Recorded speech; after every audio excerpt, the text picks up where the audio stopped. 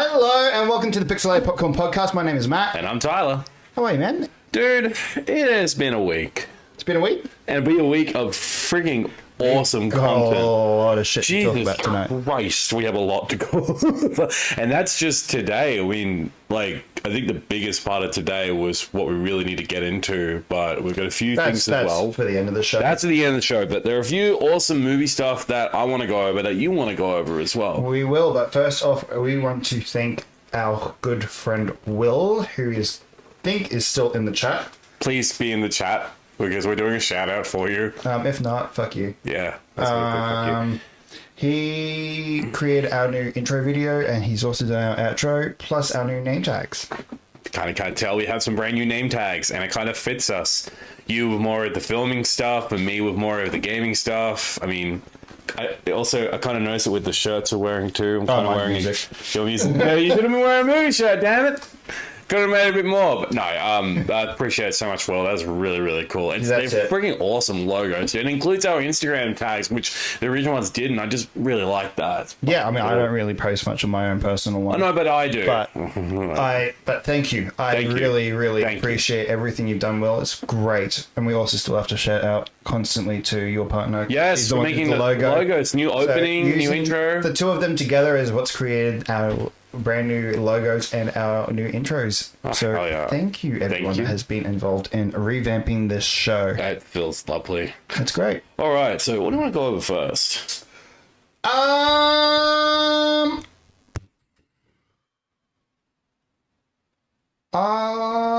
don't know.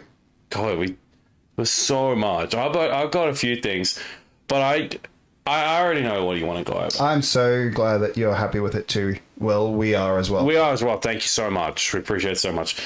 All right, let's get it out of the way. Yeah, look, okay. I want to talk to you. So, as you probably would have seen, maybe of a story that I posted earlier on our Instagram page. Yeah, I saw that. We've had some set photos and videos of stuff coming out for Superman Man of Tomorrow. Oh boy, bring it up. I sent you the article. This is up right now. We have now officially have a white screen. A white screen. No, there we go. We officially now have our first look of Nicholas Holt's Lex Luthor in the war armor. In his power armor. And as we shared before, it's a fucking practical. It's practical. It's a practical suit. Now, even Campier was talking about earlier when this came out on yesterday. I think he said it yesterday. I think it was yesterday. Yesterday. That he thought that the power armor was going to be practical in a way, but only for close-up shots, like what they do with Tony Stark and Iron Man with the top half. But no, it's a full moving suit. It's full on. It's moving. A full moving suit. I was blown away by that when I saw that footage. I was like, God damn. And the thing, if you notice in the footage, it is Holt. It's Holt. It's Holt in the suit. And I was like, what? He's actually in the suit. That means that he is committed to actually walk around in that full damn suit. Oh, man, I'm so fucking happy to actually see it. And look, I know there have been Lex Luthor in power armor and suits in the many past, particularly with the CW stuff. I think they did it with Supergirl. Did they? Yeah, they did it with what's his name? He's out of 2.5 Men. It's not Charlie Sheen. It's the other one who played Alan. Yeah. John Cryer.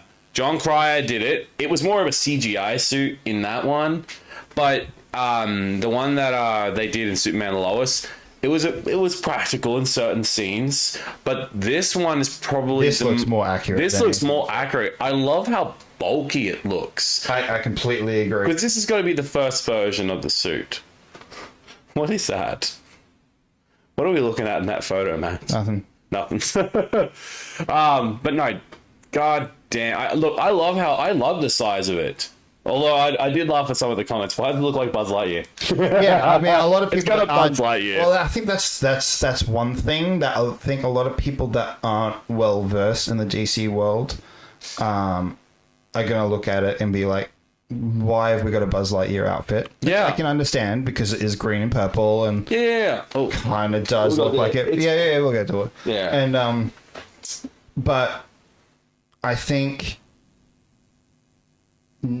I mean, I guess you're kind of right with what Will's saying here. It's awesome to see the sequels to both Superman and the Batman being filmed at the same time. What a time to be a DC fan. I actually agree. They're and both that being... part, but even with that part there, I agree with what a time to be a DC fan, because for finally, yeah, finally, I think we can say that we are not even that. It's more of, I think we can finally say that it's finally time that DC has its limelight. Yeah, because Marvel's had its limelight for so long. Not saying that Marvel doesn't need its limelight. I still am excited for Marvel stuff, but I'm more excited for DC stuff because you and I have been more DC fans than Marvel fans lately. I've always been more DC than Marvel. Same with me. Look, I love Marvel. I always will. But like, for goodness sake, if you talking about comic book stuff, it's Tyler loves the size of it. Shut up. Okay. I love the size of. As you talking about the size of the suit. I don't know. I don't know what. We're wondering about what size are you talking about? What size are you thinking about? What size are you thinking about? You're gay. Not that there's anything wrong with that. No. But I think more than anything, look, for goodness sake, I look at this and I'm like, that's Lex Luthor. I love the freaking colors of the damn suit. You can see the purple, which I'm like, none of the other suits really did a good purple. It was like a pink tinge. And like the one that John Cryer wore in Supergirl, it was fully CGI and it just looked fake. Whereas this, and like we thought, like you said, we thought, like what Campia said and what you had said to me, top half is going to be quite practical, but the bottom half, like, no, it's a full fucking suit. That's what makes it so really, that's what we kind of got to tell I'm excited to see it because I just love how Hollywood is actually, particularly with James Gunn in charge of it, with the director in charge, with the fact that they're listening to the fans. They're actually allowing us to actually... I don't think it's even that they're listening to the fans. I think it's also more of the fact that they're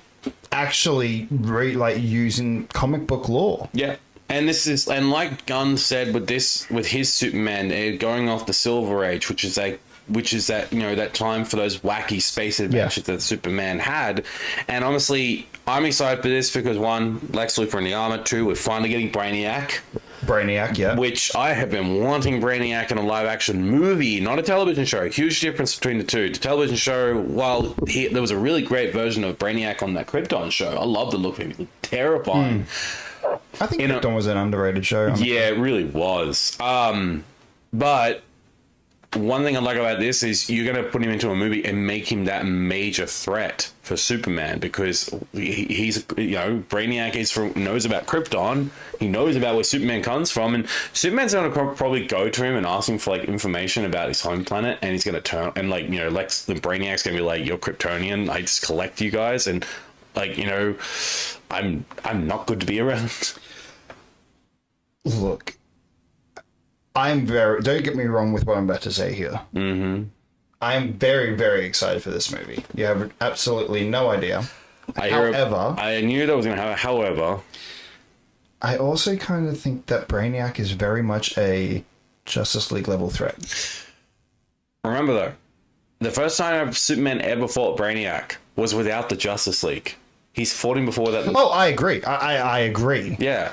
I think he's going to be. I don't think Superman's going to. I'm just saying, I think it will be for the first new iteration of Justice League. I think having Brainiac would have been a really, really cool thing to set up more for. Yeah. However, as I say this though, it's not going to it's not diminishing my excitement for this movie because I'm very, very, very excited.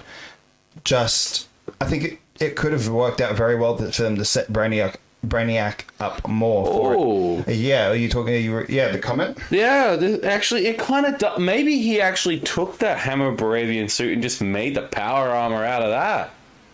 He could have, because we never see that suit again. That's true. Maybe he just took that, enhanced it, and put his colors on it and put, kryptonite weapons in it and stuff like that, just to fuck with Superman even more because he's sick and tired of being behind the scenes. And he's like, okay, cool, I want to get it because I want to beat him up myself. I want to kill him myself. And it's a very, very good point. That's actually a really good comment. I totally forgotten about the Hammer of Baratheon suit. It kind of looks like it. Also, Will, just out of curiosity, how does our sound sound? How do we sound? More in particular me, because I fucked up my mic last week with everything, so... You sound fine. Yeah, okay, we're good. We're good.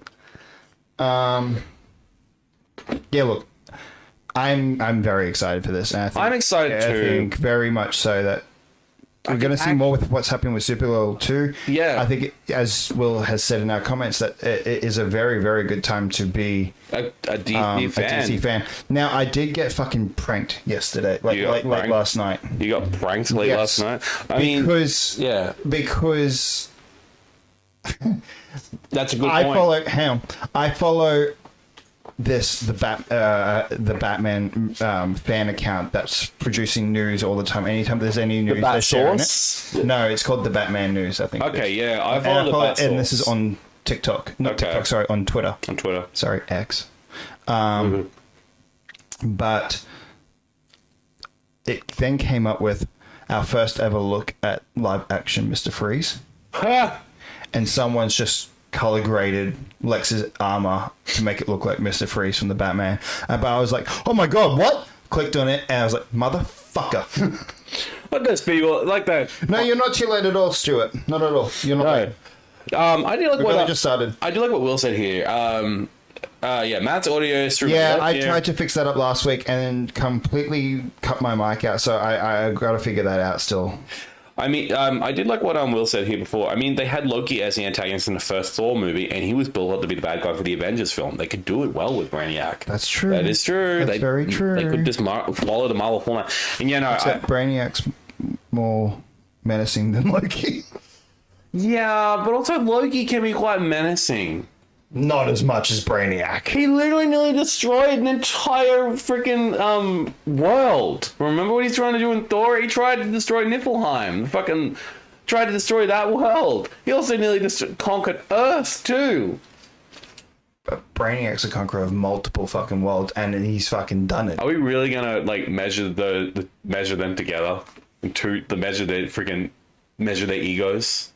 100%. Yeah, probably. 100%.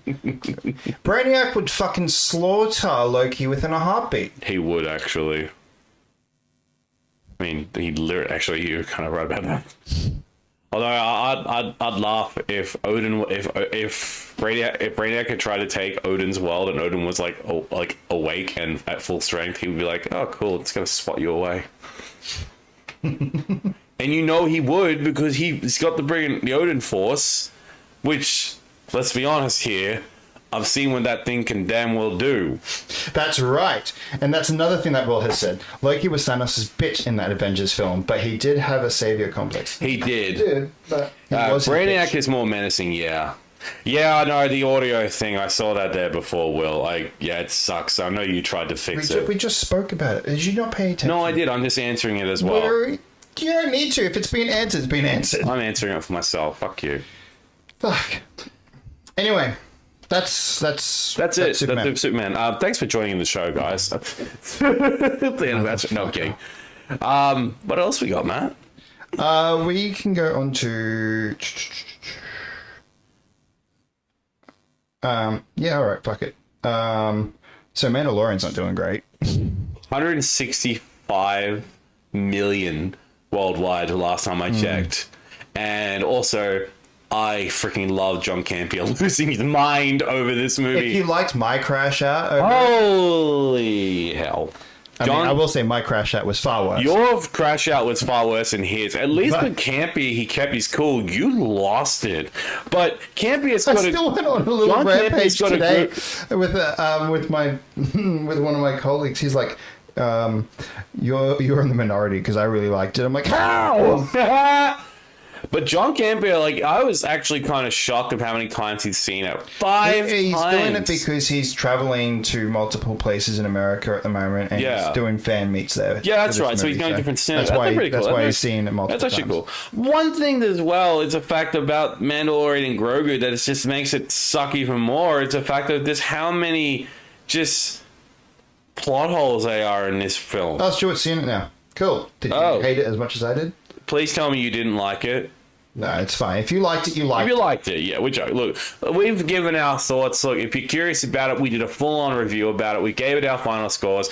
Go back and watch the video. You can watch me kind of just talk how disappointed I was. And then you can also see Matt lose his mind over it. It's dog shit. No, it's not dog shit. It's not. It's not. Look, it's not look, dog as I said shit. today, It's watchable. As I said today, it's an enjoyable movie. Yeah. There's a lot of issues that I have with There's a lot of plot holes. Plot holes. There's a lot of issues that I have with it. There's technical issues as well. Can you let me fucking talk? No. Bro. The plot holes are amazing. No, they're fucking not. They're not amazing. They're not amazing. They are significant plot holes that don't make fucking sense, and you need to answer the question as to why that stuff is happening, and there is no answers. There is no fucking answers as to why things are happening. In particular, why the fuck did the Razor Crest just show back up at the New Republic? Campier said in his review about it, he said, things need to make sense. You need to explain that shit. Why didn't Mando use his jetpack instead of using the AT-ST? Because it would have been safer. Oh god, don't read Stuart's comment, Matt. Don't read Stuart's comment. Don't. Fuck you. Fuck you. Fuck you, Stuart. Fuck you, Stuart. Yeah, Will said this. It's amazing because it's insane the script actually got approved. And you know how it got approved. They approved it by putting 4 episodes. That's it. That's how it got approved. It got approved as 4 episode series. That's what it was. That's how it would have gotten its approval. But that's not even really what we're talking about. Mostly, it's the fact that it's mostly the fact that because I could fucking. Oh, yeah, no, we can literally talk about it, but no, that is not our major point. What'd you kick there? Was it a light? That is not the major point. Is the fact that YouTube. I could go fucking on. You could go off again. I could go on for fucking ages about my issues with The Mandalorian and Grogu, but the reason why we're talking about it is that Obsession backrooms dominate the box office as YouTuber horror boom reigns, and already Obsession and the backrooms are doing a lot better than The Mandalorian and Grogu, which is saying something. It is saying something, yeah. Unless your name happens to be Din Djarin or Grogu, this past weekend's box office taking should put a smile on your face, even if there's 2 horror movies making the big bucks right now. Yes, the great YouTuber horror boom continues to reign victorious at cinemas near and far. Cory Barker's Monkey Paws joint Obsession has just crossed $148 million mark. How long has it been out? That's a good question. When did Obsession actually drop? Obsession came out this year. It was release date 14th of May. So a few weeks ago. Oh, so roughly around the same time as Mando. Exactly. So, look, 148 million. It's hitting the same mark as Mando is, but considering its budget, but considering that Star Wars, the Mandalorian is a Star Wars IP, and Obsession isn't. That's saying something, dude. The budget for this was 750,000 to 1 million, and it's just made. It's made not even quadruple its budget. Yeah, it's doing great, and it's. And here's the thing, I've actually talked to a bunch of people who have seen it. They said one thing: it is unnerving in a good way. It's uncomfortable. It's fucking terrifying. And I want that for a horror movie. So I want to go see it, and I want to go see the Backrooms because I love the original short that Kane Parsons did. It's a great short. If you have not seen Kane Parsons short, it's on YouTube. It's totally free on there. I recommend go seeing that because if you just see the short, it doesn't spoil the movie for you because the movie is so different compared to the short that Kane did. Yeah. But man, it's just crazy that YouTubers are getting a far more better greeting in the box office than a Star Wars film, which is insane. I cannot. What happened? We just discussed it. It's a pile of shit. It's a pile of shit. Well, look, I'm not saying I'm not saying Mandalorian and Grogu is unwatchable. It's watchable, but it's mediocre. Yeah, there's a lot of issues there. A lot of issues. It's the same thing. It's an episode of The Mandalorian that they just didn't want to make season 4. So Jon Favreau and Disney just decided, let's just make a movie out of it. And this is what we got.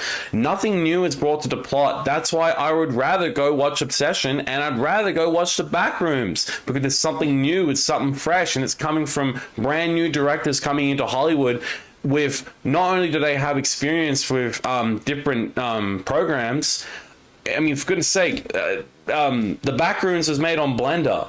That's how Kane did it. And it's just a short horror movie. And now he's now the youngest director of an A24 film in Hollywood. And then you took over with Obsession. The breakout star is the leading lady in Obsession. What's that actress's name in Obsession? What's her name? She's fantastic. Indy Navarrete. She plays Nikki in the film. She's previously she was in Superman and Lois, 13 Reasons Why. She's been in a lot of films. This is a breakout role for her, and this is what's going to put her name on the mark, and it's fantastic. Just man, what a time. Definitely see Obsession with your significant other. So you're coming with me then, Will? Yeah, Obsession. You're my significant other, Will. Oh yeah, okay. So Will says here in the comments here, Obsession is an example of a fantastic script low budget combo, and Backrooms has such a unique atmosphere and world building. Yeah, it's because the Kane Pixel web series is absolute cinema, and the movie is a brilliant chapter. Definitely see Obsession with your significant other. It's a lovely watch. I kind of want to go watch it with my partner. Yeah, with well, Mio. I'll be going with Will. No, well, the thing is, I'm asking you out on a date, Will. Will actually has gone to see the Backrooms. He's seen it. I have not, because I have. Well, you want to go. You want to go see it. You said I could wait, but I'll go with you. Yeah, I will go with you because I'll go see a movie. But yeah, I could honestly wait. It's not something I'm rushing for. But me and Mia want to go see it, and I think like I might go see. I'm going to try to go see it probably this weekend on Sunday. I'm go see it on Sunday night. Go pick up the movies and go watch it with her after I finish work. Possibly. And just enjoy this movie because I really want to go see it.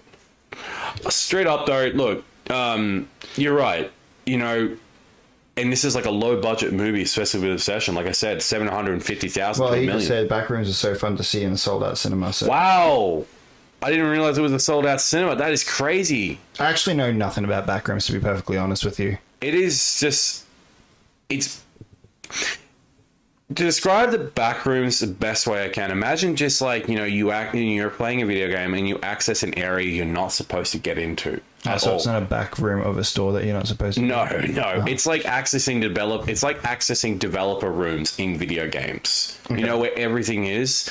It's like that, but it's unsettling because you like how it works is you just randomly just come across this place completely in the most random area. Like, it could be in the back of a store or just in the corner of like of a room and that, and you just quickly just click through a wall and you're in this entire other like universe. Right. And it's endless rooms, endless corridors, and they're all the same color. Right. And there's, there are, things in there, there's entities in there that are just unsavory. They don't make sense. This whole place doesn't make sense. And that's the whole thing. It goes against the laws of physics. See, we would watch the short film stream, but I don't want to get copyright striked. Yeah, that is true.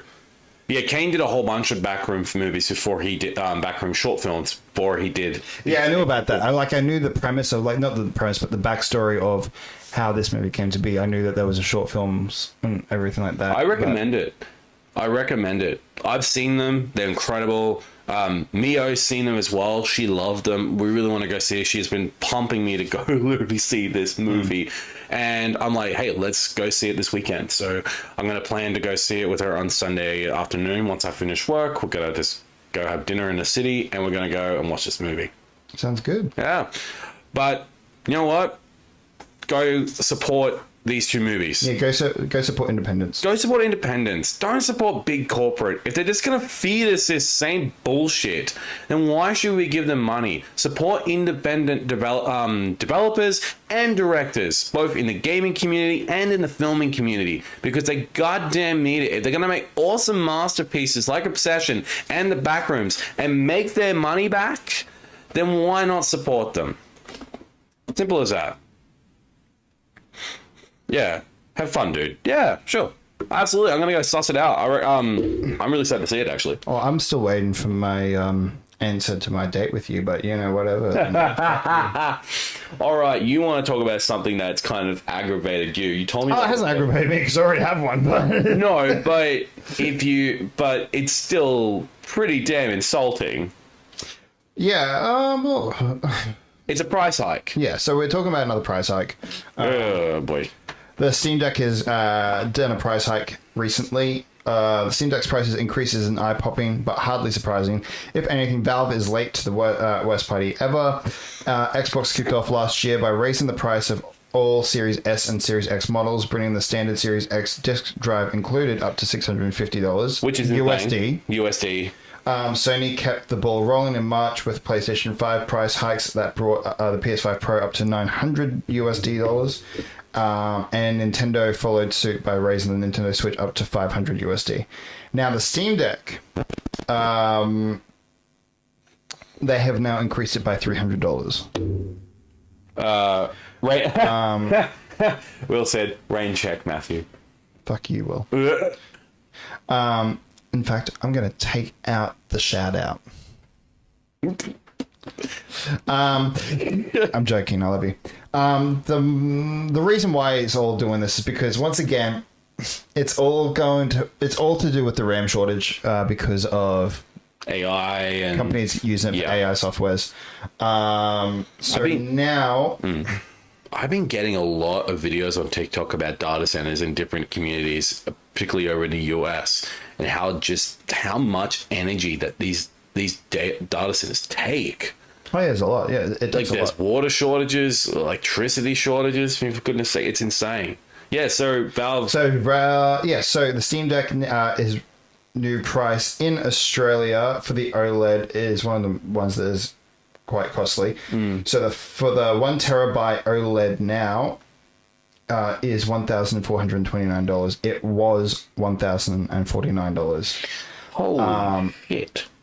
For the 512 gigabyte OLED, it was $900. It is now almost 12. It's practically $1,200. Oh my god. For the LCD, it's the same price. So the 256 gigabyte LCD, it's the same price. That hasn't changed. You might as well just get you might as well just fork out for the big one and get then not buying the other ones as well. Jesus Christ.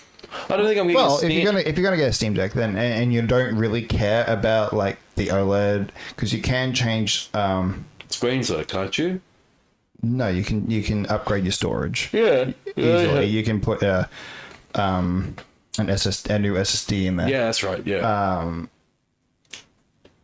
I would just go the 256 gigabyte LCD. If you don't care about the OLED, just do that, because the price hasn't changed, because it's $650. I gotta agree with that, Will. I'm afraid that this price boost for the Steam Deck might be the same case for the GameCube.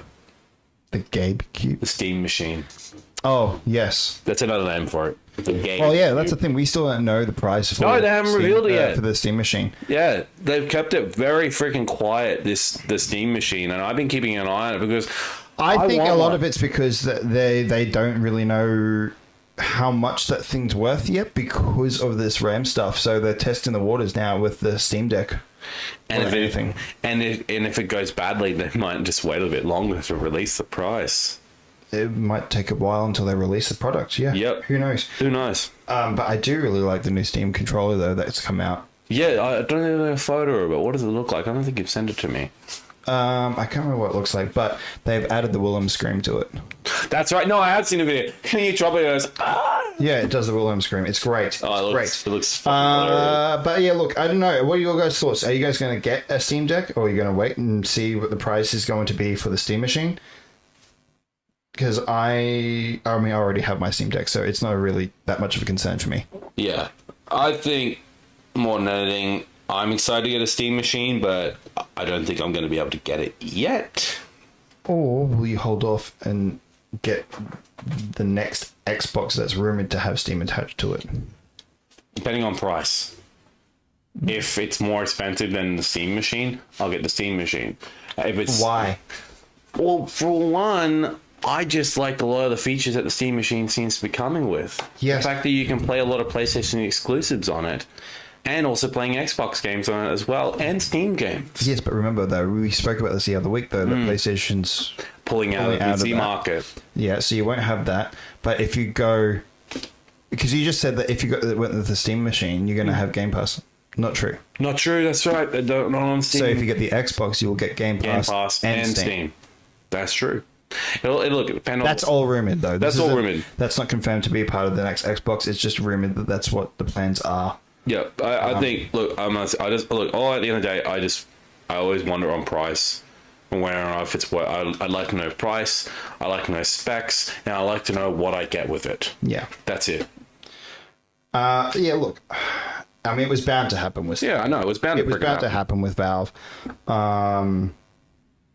It sucks, but that's unfortunately the world that we're living in. And I hate to say, but like, if this is what it's right, what it is right now, the next generation of consoles is going to be fucked. Shit. I know, and I'm. You know what? I agree. I'd rather pay rent, but the idea of having it is cool. Rent. I'll get it. Yeah. I know you will. Anyway, maybe I don't know yet. Yeah. It'll depend on how it runs, and how it functions. Well, that's it. That's really it. At the end of the day, I'm not too sure. I do love my Steam Deck though. I know you do. You enjoy it. You've been playing it a bit more lately. I just play it a lot, but lately, no, because I've been playing Bond, which we'll get into a bit later. We'll get to that. I'll get into a bit later because you have not played it yet. I don't own it. Is it not? No, it's on Xbox. I've literally seen it on the Microsoft Store. It is. You just haven't bought it yet. No, I haven't because I don't have the money for it at the moment. It's just not. Okay, we'll get into that in a minute. But yeah. So yeah, that's it. That's what's going on with Steam. All right. Let's talk about the Russo brothers and how they just pissed off everybody. In a way. Yeah, we can briefly talk about that. It's not really much to talk about, really. No, it's not. It's just more about... It's not even really worth a rant. It's just... It's more about really. So, Russo brothers were on their Instagram. They kept teasing, like, you know, Doomsday stuff, and I kept thinking... Because they were going to South by Southwest London. And they were there, and it was not even that. It was just a tease for a coffee pop-up at South by Southwest. Yeah, it was a bit shit. But we did see it before, though, that... they did have Anthony Mackie and Robbie Downey Jr. show up. Oh man, the entire arena erupted. I mean, wouldn't you? Oh, you would as well. No, Downey showed up there. In fact, you would even erupt even more seeing Anthony Mackie and the Russo brothers there. No, I would be more for do it, Downey. Yeah, especially Downey. Russo brothers. Yeah. Anthony Mackie. Yeah, you're cool, but you're not that cool. No, I love you. We love you, Mackie. No, it's just I just find it a bit of a silly thing. Like you pump up this like big thing on on your Instagram. You kept saying hey, more at 2 p.m. and then finally you find out it's just coffee. I'm like, really? I stayed up late for this? Screw you guys. I mean, I guess we were all doomed. Yeah, we all drinking that. I don't think you got that reference. I did. Okay, well, fuck it. We'll go into. Yeah, fuck it. First things first. Let's do another one of these quizzes. Oh, yeah. And we also need to do our wheel a little later. Here we go. Oh, God. I need to turn this chair. Give you an easy one. You will give me an easy one, and then the rest of them will be difficult. Yeah. Of course. I should also just keep an eye on the chat, too. We will get to that at the end of the show, Will? Yeah, PlayStation had some cool... Yeah, absolutely. We know about that. I could go to your place to play it. I could go to your place to play it when you get the Steam machine. Is that a date? Yeah, it sounds like a date. It sounds like a gaming night. Who said that? I don't know. Some dickhead named Matthew. I guess you could say you were just falling in reverse on that offer. I don't know what you're talking about. I think the drug in me is you, so... Fuck you. What's going on with my thing? Yeah, what the hell's going on? Is it the freaking SFA chat or something? I don't know what it is. I don't know. Talk it up. Right. Matt's going to be able to do... This is part of our thing we do, is TV and quiz. He said, you know what? You do it with me all the time. How about I do it on you? No, fuck you. No, fuck you. Every single time you do it on me. Yeah, I got to test you. I know. I like to test you. Why? I'm not allowed to test you, cunt? Don't fucking say that. Alright. Next week, No. I'm quizzing you. Hey, fine, I'll bring my own cards then. With Blackjack and hookers. Forget the cards and the hookers. Forget Blackjack. Forget the blackjack. That's what the hookers. Alright, started off easy. In The Simpsons, which is the name of the road on which the Simpsons family live? Evergreen Terrace. Wrong, it was Main Street. Yes, it was Evergreen Terrace. Alright, in which sitcom does the main character say, "Have you tried to turn it on and off again"? The IT crowd. Oh, okay.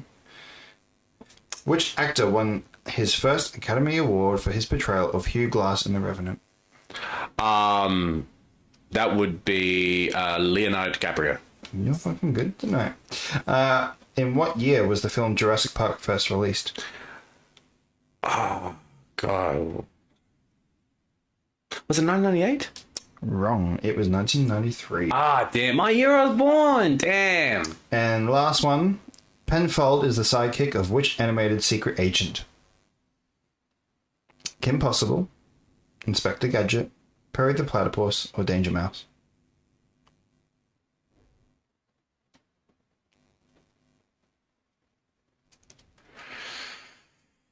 Danger Mouse? Yes. Yeah, I was gonna say Inspector Gadget, but no, that's today. yeah, that's his that's the dog that's his sidekick. No, it was Danger Mouse. Game night. Yeah, would I'll talk to you about that later. Yeah, we'll talk about that some about that later. All right. You want to give? I really want to hear your points about 007. Yeah? I actually want to hear what you think about it because I've seen a lot of different people that give their opinions saying it's a great freaking Bond game. It's a great origin for him. But I want to know what you think so far. You've only played for a couple of days now and you're only like, how far are you into it so far? Okay, so I've gotten to... I'm with Greenway now. This sounds like such a drag to be with Greenway. Yeah, he hates your guts. Oh my God. He hates you. Wow, for real? For real, Greenway absolutely thinks that you're not up for the job. Gee, wow, he sounds like a charming Yeah, guy. he really does not like you whatsoever. And isn't he meant to be your mentor? Yeah, but he hates you. Wow, great mentor. Anyway. Big brain Tyler. Can't even spell my name right. Jesus Christ, you've been away for like a few weeks and already forgotten me? Screw you, Bill.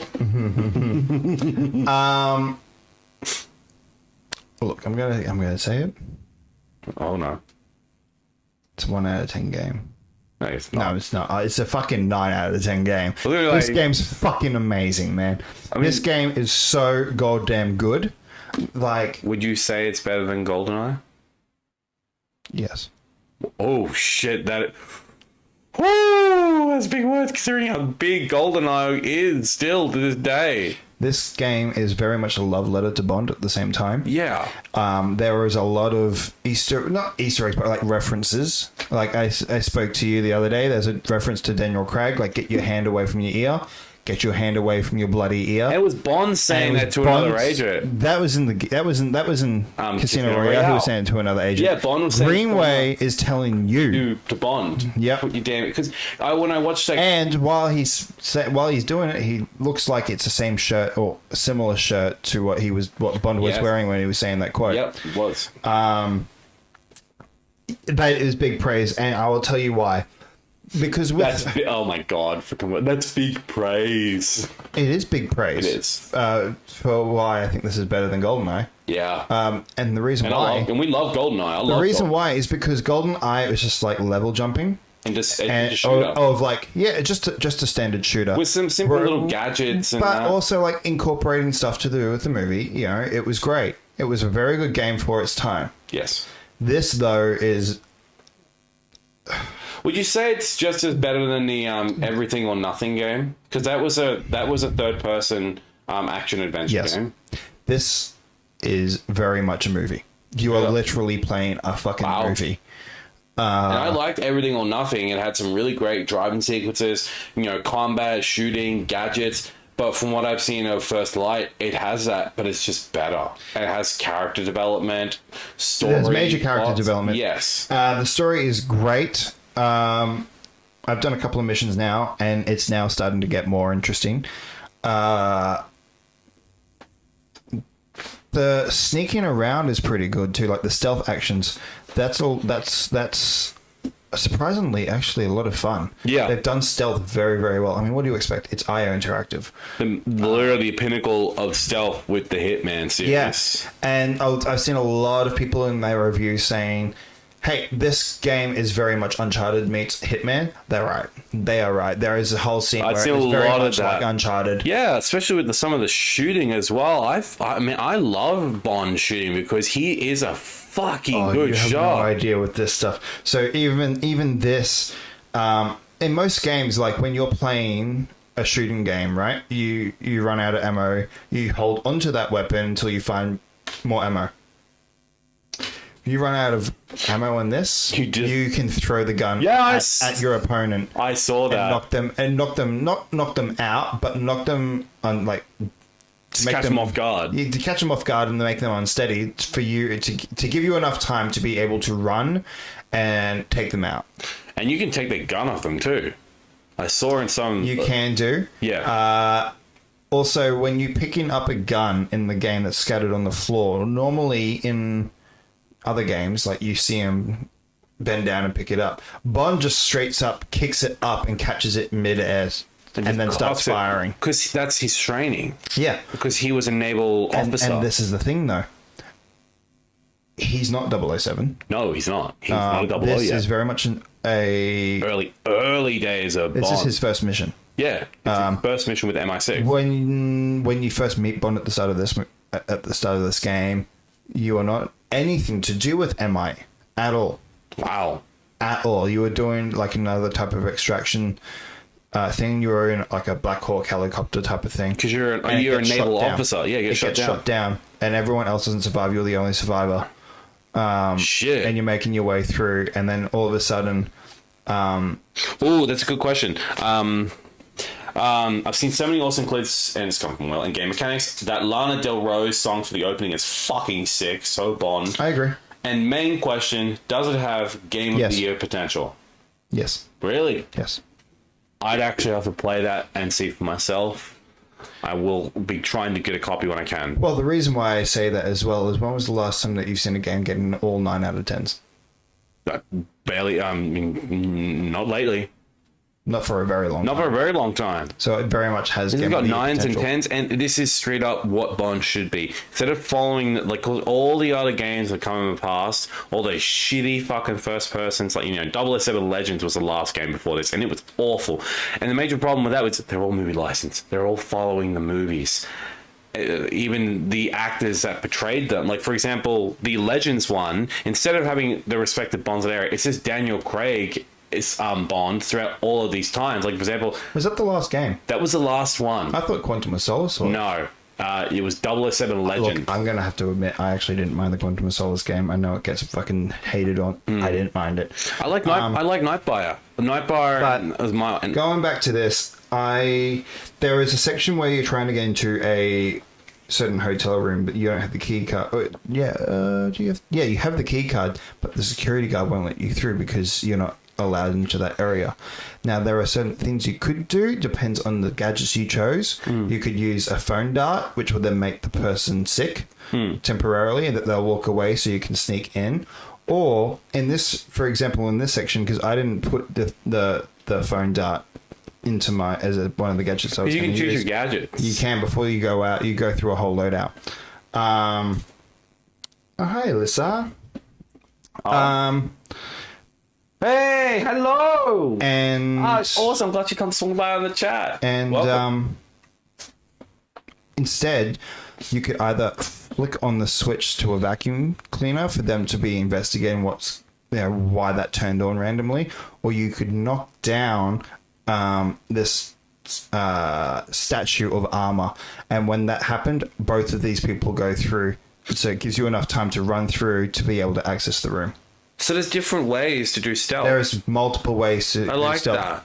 I also like what Will said here. I agree. I want to play it as well, Alyssa. Could Patrick, the actor of Bond, be a good choice for live action? This is what I've been wanting to get to. And I'm glad you've said this, Will.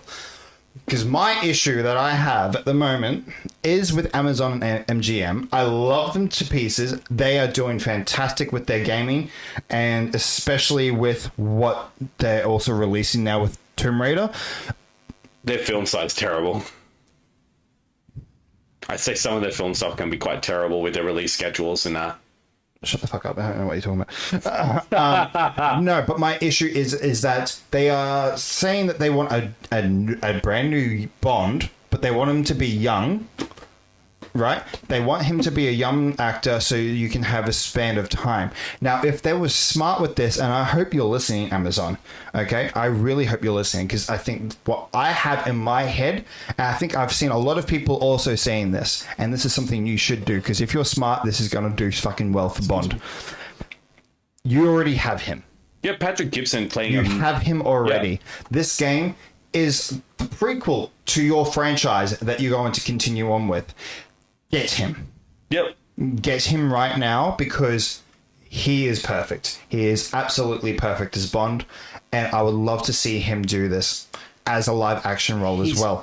Because then what you can do is, this is what starts it off. You have a movie, and while they're doing the movie, you're also working on the sequel to this game that will then tie into that movie, so you can alternate. And either way, the story-wise, even if people don't play the games, it's still going to be okay. You're still going to be all right to patch it up with, to be able to watch the movies if you don't play the games, right?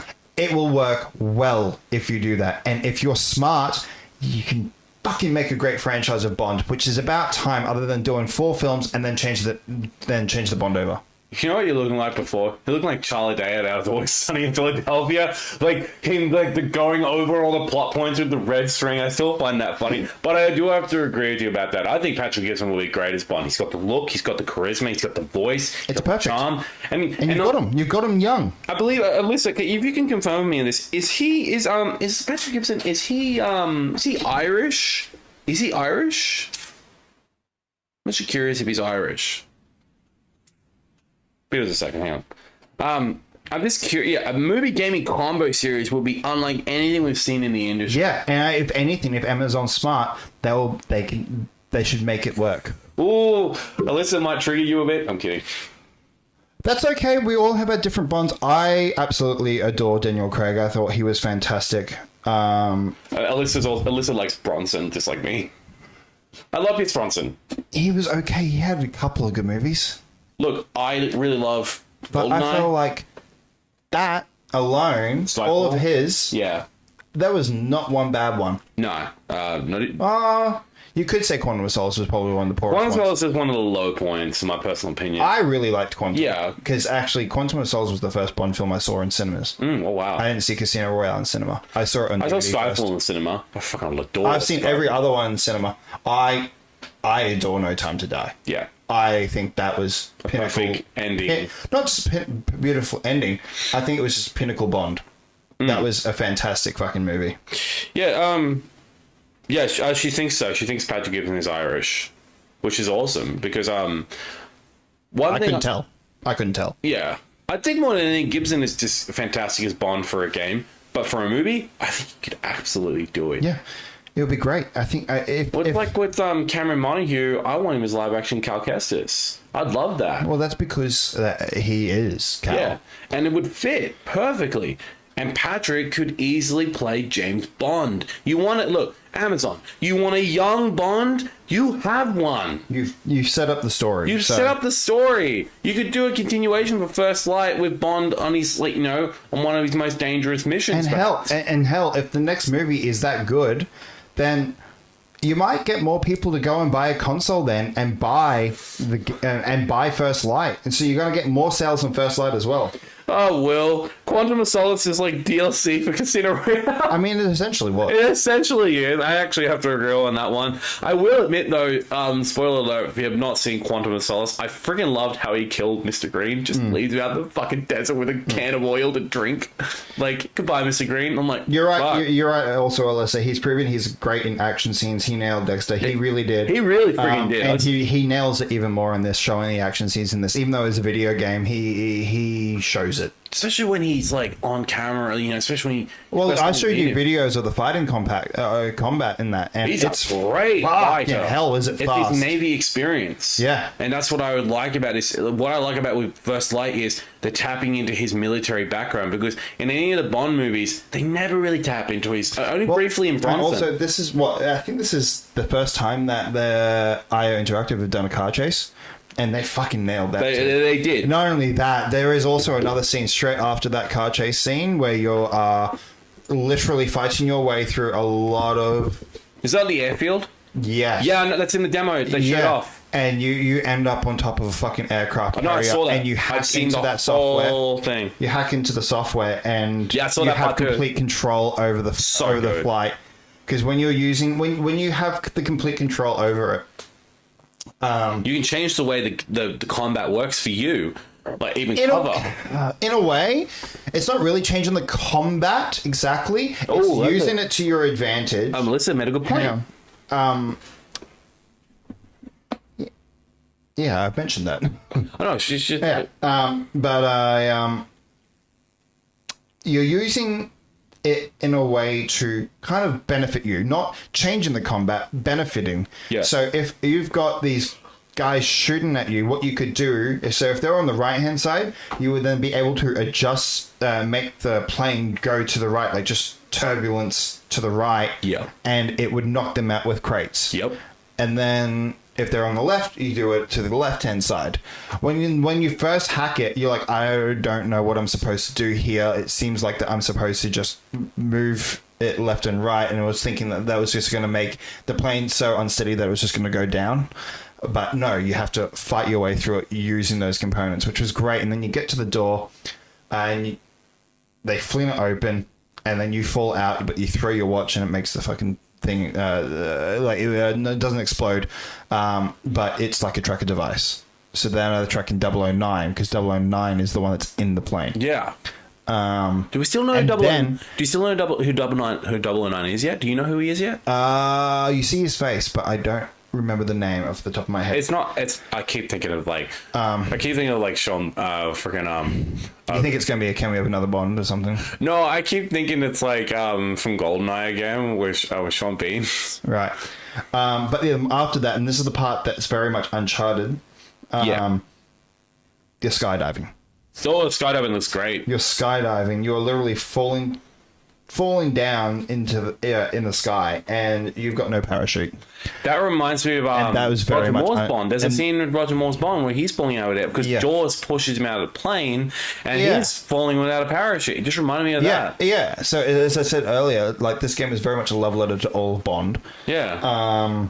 But you were skydiving, then you've got two. By Who Loved Me. That was that's the Bond movie. Yeah. Then you've got like 2 or 3 criminals that do have a parachute, and so then you got to choose which one you're going to go after. Mm-hmm. And then when you get to one of them, then you just punch them the hell out until you knock them out and steal their parachute. Bye bye. I hear what's funny though about the with the death sounds for the goons in the older films. Mm-hmm. They do that from Roger Moore right up to Timothy Dalton. They're all the same noises. I'm like, Jesus Christ, you recorded these. It's terrifying. It's terrifying. Especially when they fly out of the airplane now. But I have to say, okay, so going into with Amazon and everything, Amazon right now is on a fucking hot streak. Yeah. And I am loving what they're doing in both film and in gaming. Oh. Sorry. Yeah, Will just made my heart a flutter. Yeah. But with film, like they just released Project Hail Mary, and they're doing fucking amazing. It was such an amazing film. Don't know. No, you don't know because you haven't fucking watched it. No, but I'm literally telling you because I agree with you. You have heard from other people that it's fantastic. I know, but you fucking need to watch it so you can have your own fucking opinion on it. Is it on Plex? Yes, it is. I've told you this. All right. It's amazing. We will get to that, and I'm going to briefly mention it though. And now you've got gaming with what Amazon's doing. They've released Bond. Fucking amazing. Then we see today the trailer for Tomb Raider, which we will get into more later, and that looks fucking amazing. And that's being done by Amazon's gaming department. It's being done by Amazon Gaming as well. Yeah. Because they are also the ones producing the Tomb Raider TV show. With what's her name again? With Sophie Turner. Sophie Turner. Yeah. Right. Yeah. So they've had to stop production because she had an injury. Remember? I think it's back. I think it's back on now. Yeah. I believe. Yeah. Overall, Amazon right now is on a hot streak with content, and they are doing very well because not only that, then we also just had The Boys finish up, which was a great fucking show. Yeah. So, and now we've also just gotten Spider-Man Noir, which I need to watch. Yeah, so do I. But what I'm hearing, it's great as well. So they are on a hot streak right now. Elisa's losing it. I'm excited. She's cosplayed as Lara. I know, yeah. It's really great. But, sorry, just Will made my heart aflutter because I want that to happen. I want Denis Villeneuve to direct it. He's the guy that does Dune. Yeah, I know. And I want that because, my God, that man's vision for a Bond movie with Patrick, if he's cast, I would actually cry because one, that director is incredible. His work, the fact that he is by far the best director of this generation because of the achievement. That's big claims. That's because of the one thing he did. He proved everyone wrong that you could wrong. Yeah, for fuck's sake. Where's my words today? Wrong that you can do Dune. Because it was the one movie that no one said could be done, and he's fucking done it. Well, then I'll wait till I see how Aragon shows, because they also said that would never get done, right? And I reckon they'll do it. If they can do Dune, I can damn well tell you they can do Aragon. They're fucking better. This is their last chance doing Aragon. Speaking of games... Well, we have one more to talk about. What would that be? Adriana. Adriana battles supernatural super soldiers. And yes, I sent that to you. Oh, man. Slot. Yes. God damn. This looks friggin'... I saw the trailer for this morning. It's a brand new action coming from director Adam Wingard. He's been in the MonsterVerse mode, but for all the rock'em and sock'em delights of Godzilla vs. Kong and Godzilla x Kong: The New Empire, his return to his original fare is particularly exciting because long before he was going full Monster Mash, Wingard made films like Your Next and The Guest, small, sharp, ultra-knowing genres work that made him a cult sensation, and his latest, Onslaught, looks to be very much in that mold, pitching Adriana Arjona against a batch of super soldiers. And by the way the super soldiers look in this, they look fucking menacing, man. They're nothing like, big glowing or anything like that. They're just covered in military equipment. They have black grease paint on, and their eyes are slightly glowing white to show that something's up with them. And the goddamn kills in this are insane. They're on the paths of just gore, but it's just fun fucking gore, and it looks bombastic. It looks insane, and I was like, it's like when you saw Kingpin rip that guy's head off. Spoilers. That type of gore. Spoilers. It's like that type of gore, but dialed up to 11. Shit. It's really fucking good. I recommend watching the trailer. Yeah, look, I might go see it because I adore Adria. I fell in love with her in Andor when she. Yeah, she's fantastic in Andor. Yeah, I fell in love with her then. Yeah. I thought that was when I was like, I love this girl, and I was really, really, really hoping she was going to be Wonder Woman for the DCU, but instead we're getting her as Maxima in Man of Tomorrow, which is also which we spoke. And another thing as well, who's also in this cast of this? Michael... No, wait, Alyssa, because we're going to get to Tomb Raider soon. No, don't go. Gonna hit the haste. So awesome, you guys are doing your own podcasts, killing it, have a good night. No, don't go. We're going to talk about Tomb Raider very, very soon. We're going to talk about this. Michael Biehn is also in this movie from the Terminator, the original Kyle Reese. Yeah. Freaking Aliens as well. He's in this movie. So yes, go see Onslaught when it drops in the theaters. Go check out the trailer for it. It's on YouTube. Fucking awesome. Be wary of gore. The gore for this is crazy. All right. Let's get in the state of play. Well, before we quickly do that. All right. You want to do the spin the wheel? We'll do the quick spin the wheel. We'll do the quick spin the wheel. Ladies and gentlemen, we are going to be spinning the wheel today. And whatever movie it pops up, we're going to talk about it. Whether or not if we've seen the movie, if one of us has seen it, or, none of us has seen it, we will talk about it to the best of our ability. If we both haven't seen it, then we're going to spin again. Yeah. Matthew, spin it. I know, it's so fucking glitchy. I know, it's glitchy up on the screen there, but I promise you, And then 3, 2, 1, and it is ding ding ding. Dude, where's my car? Ashton Kutcher, Sean William Scott. Believe it or not, that is one movie I have not seen that. Have you not seen? No, I've not seen it. How have you not seen Dude, Where's My Car? It is by far the best stoner movie. I've seen certain scenes from it, like the that and Scary Movie. But. That and Scary Movie. I've seen all Scary Movie, but I haven't seen Dude, Where's My Car? I know, it's shocking. I just have not seen it. I do know certain scenes from it, like for example, going to the drive-thru, and then look, it is such a good movie. Fuck you, Will. I hope it lands on Mandalorian Grogu. No. But no, look, I absolutely love Dude, Where's My Car? It's a great movie if you're, gonna have a bit of green and then just sit back, relax, and watch that movie, because it's 10 times funny if you are. But overall, though, if that's something that you're not into, watching that movie, you'll feel that you're probably going to be on that, because it is that much of a fucking just dumbass humor. Essentially, it's about two guys went out drinking, woke up the next morning, car's gone, and it's kind of like The Hangover. Yeah, where they're trying to find but more dumb. But more dumb. Instead of trying to find their friend, they're trying to find their car. I highly recommend it. It's got Sean William Scott and Ashton Kutcher as well. A young Ashton Kutcher. Yeah. And a young Sean William Scott, because this is like 2000 and like... well, it was definitely after American Pie. After American Pie. Yeah. And I love American Pie. I reckon American Pie is great. Like American Pie 1 and 2. I've seen The Wedding. Dude, Where's My Car came out in 2000. 2000. So, like American Pie. I adore American Pie. I like American Pie 2 more, because I liked American Pie 2 more.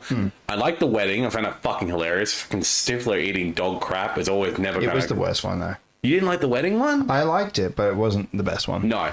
All those other... I loved Reunion, though. Reunion was fantastic. But essentially, and you know what's funny? If you haven't seen it, it is on Disney+. It is. You can watch it on Disney+. Yeah, I watch it on Disney+. But this is the brief description here on Google. It says, two potheads wake up after spending the night partying and are unable to remember anything. While attempting to know what had happened the previous night, they stumble upon some bizarre personalities. Good description, Google. Because that's essentially what that fucking movie is. All right. So I definitely recommend it. All right. Go give it a watch on Disney+. If you guys have not watched Dude, Where's My Car? Dude, Where's My Car? That is our movie of the spin wheel. Now, let us get back into the show. Okay. All right.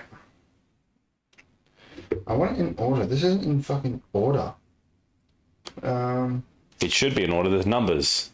No. This is on the PlayStation website. Oh. I have another. On Press Start though. Hey. I went on Press Start. Press Start actually has it a bit more managed than on the PlayStation website. I actually like it, and actually gives us titles.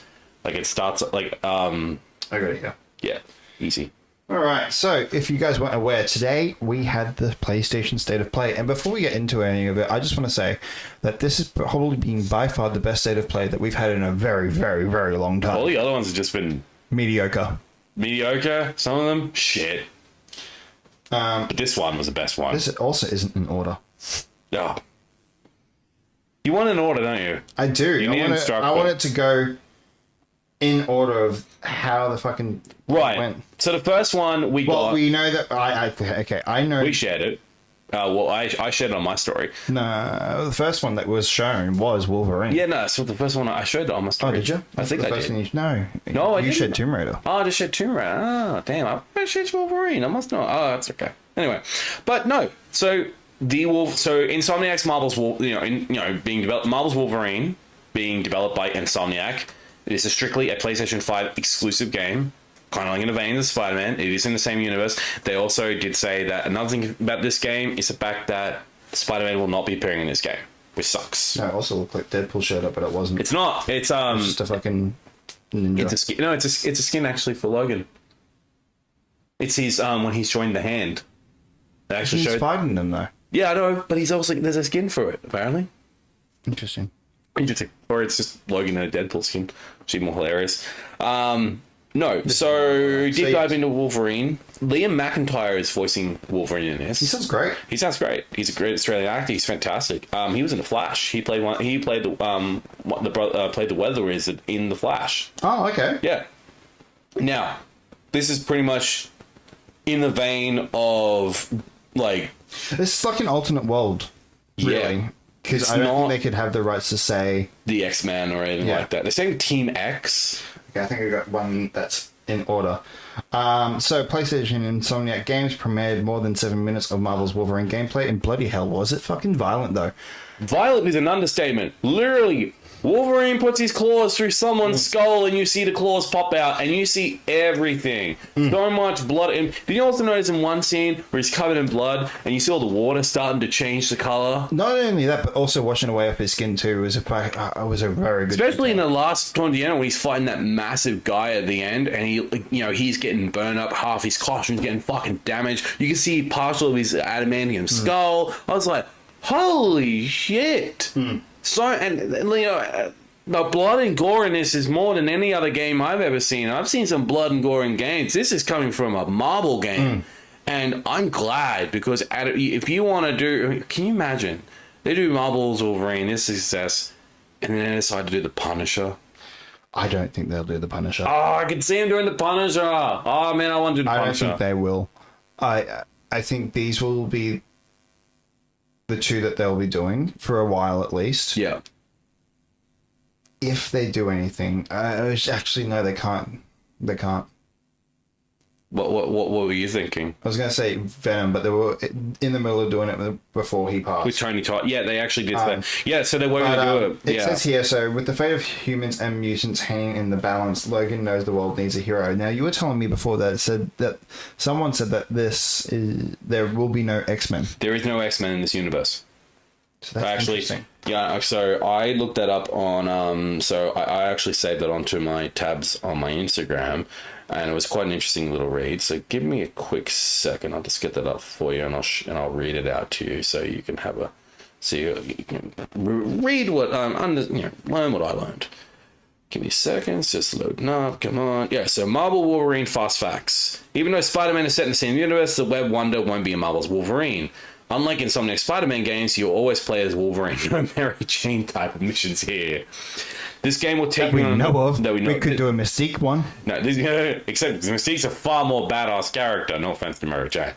The game will take you on a globe-hopping adventure, but it's not open world. Don't worry though, the areas will have different paths and room for player agency. Jumping straight into combat is always encouraged in this game, but stealth kills can be great for building, but rage muted before going in loud. Wolverine will be teaming up with Jean Grey and Sabretooth. The Jean team up is more cooperative style, with her opening up enemies for Logan, while allying with Sabretooth might look like competition to see who can get more kills. Yeah, I agree. As a fun little detail, you'll be able to pop Wolverine's claws in and out with the press of a trigger. Unfortunately, you can't just do the middle claw. Damn. And if you're not really into this hyper-violence in this game, you can turn off the blood and gore. Oh, why would you want to do that, though? The story follows Wolverine after he's left Team X. He's on a mission to help mutants around the world. We don't know how much else besides that it'll definitely earn its M rating. Yes, so no X-Men in this game whatsoever. They do not exist in this universe. Which, I can understand that, considering that I reckon they don't have the rights to be... I reckon they don't have the rights to X-Men. Yeah, no, I agree. I do not think they have the rights to X-Men. Well, it's not that they don't have the rights to X-Men. I don't think they have the rights to be able to use the name X-Men. Yeah. See, I like the token trailer. Yeah, we're gonna get to that. Yeah, we'll get to that. That's up next, anyway. Also, that can't be right, since you see Jean Grey and you can just make out the X-Men outfit on her. But again, that's a good point. But this is what I'm reading off IGN as well, from what they've been told from the developers. There's no X-Men in this universe. Yes. Doesn't mean that they weren't originally. True. They might have existed before, and they could have just been killed off. Yes. Or forced into hiding. And that could be a part of the story that we don't know about yet. Exactly. So, are you a superhero, mister? No, kid. I'm Wolverine. I like that line. I didn't like that that character, though. Why? Because it's a look... Okay, that mutant... that mutant... A mutant. The mutant looked very much like the... annoying kid alien thing from High on Life. The one you shoot. The one you shoot and make yourself feel guilty later on in the game. Look at that character out He of reminded me Invincible. very much of him.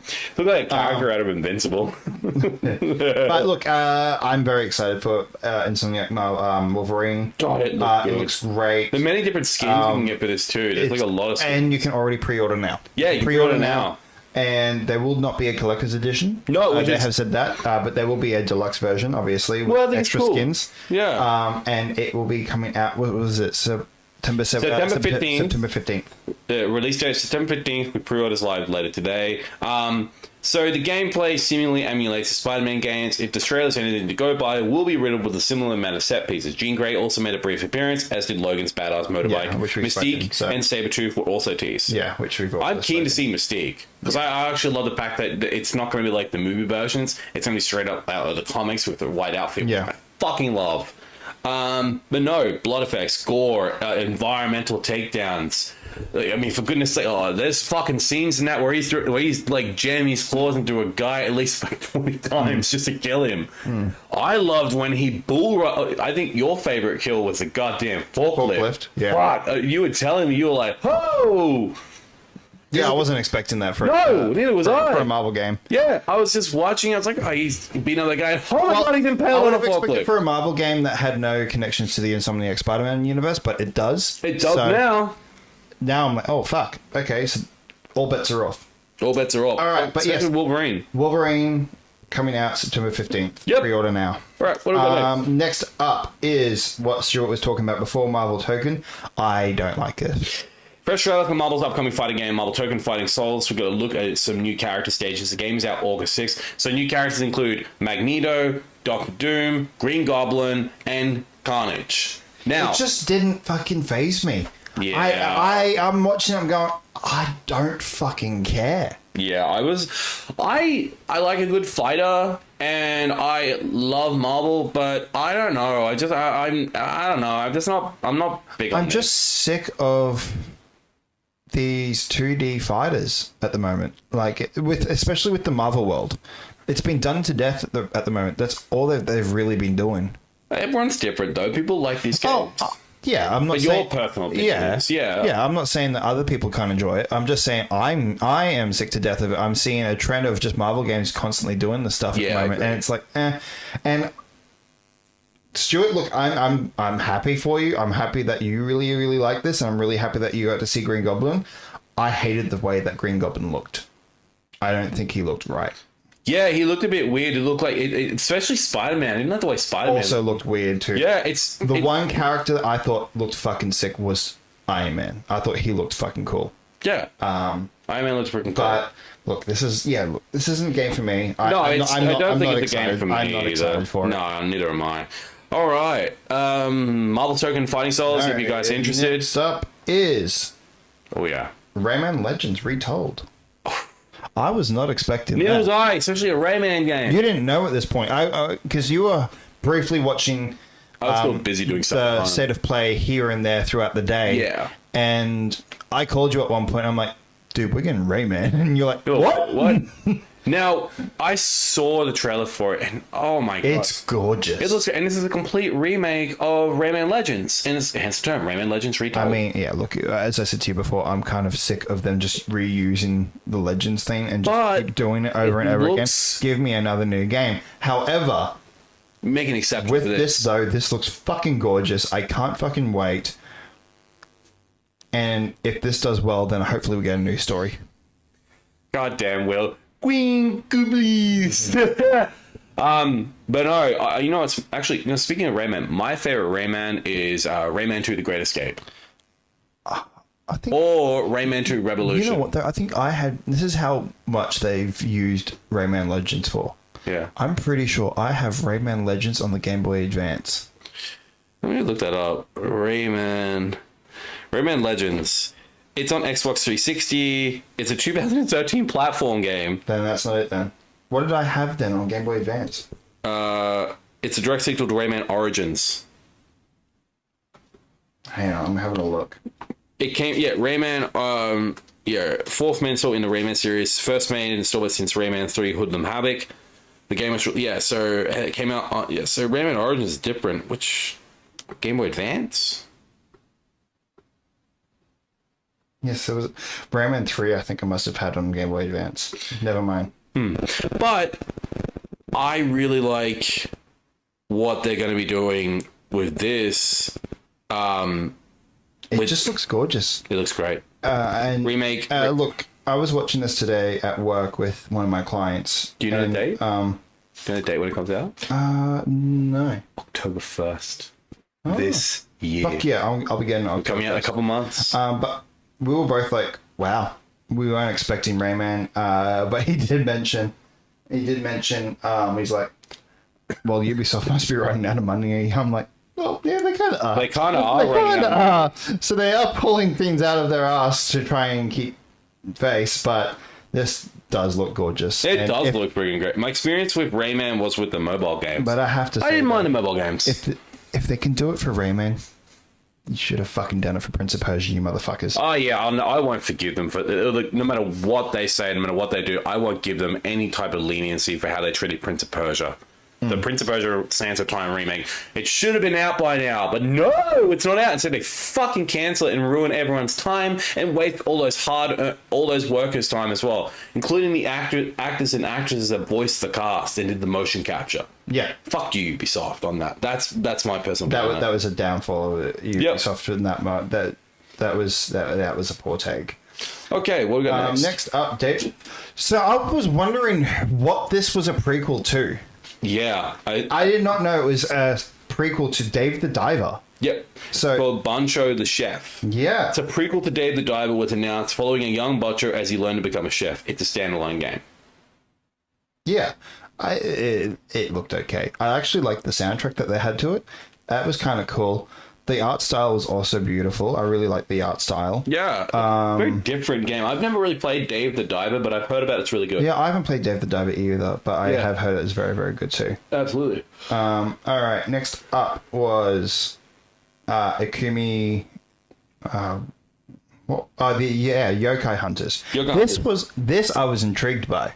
Yamura is a yokai possession action game, blending different Asian styles. As a yokai hunter, you'll hunt yokai and gain abilities from them. The game is out next year. No release date officially, but next year. I really, really liked the combat behind it. It. It looked visually beautiful too. It looked very dystopian a little bit. In some aspects, there was some dystopian type of stuff. But I like that you could choose to be a bow hunter. I think there was a knife hunter and a rifle hunter. I think it was. Will made a good point in the chat here. He said, just quickly about it, your thoughts on the Prince of Persia movie? Shit. You didn't like it? No. No, I hated it. See, I didn't mind it.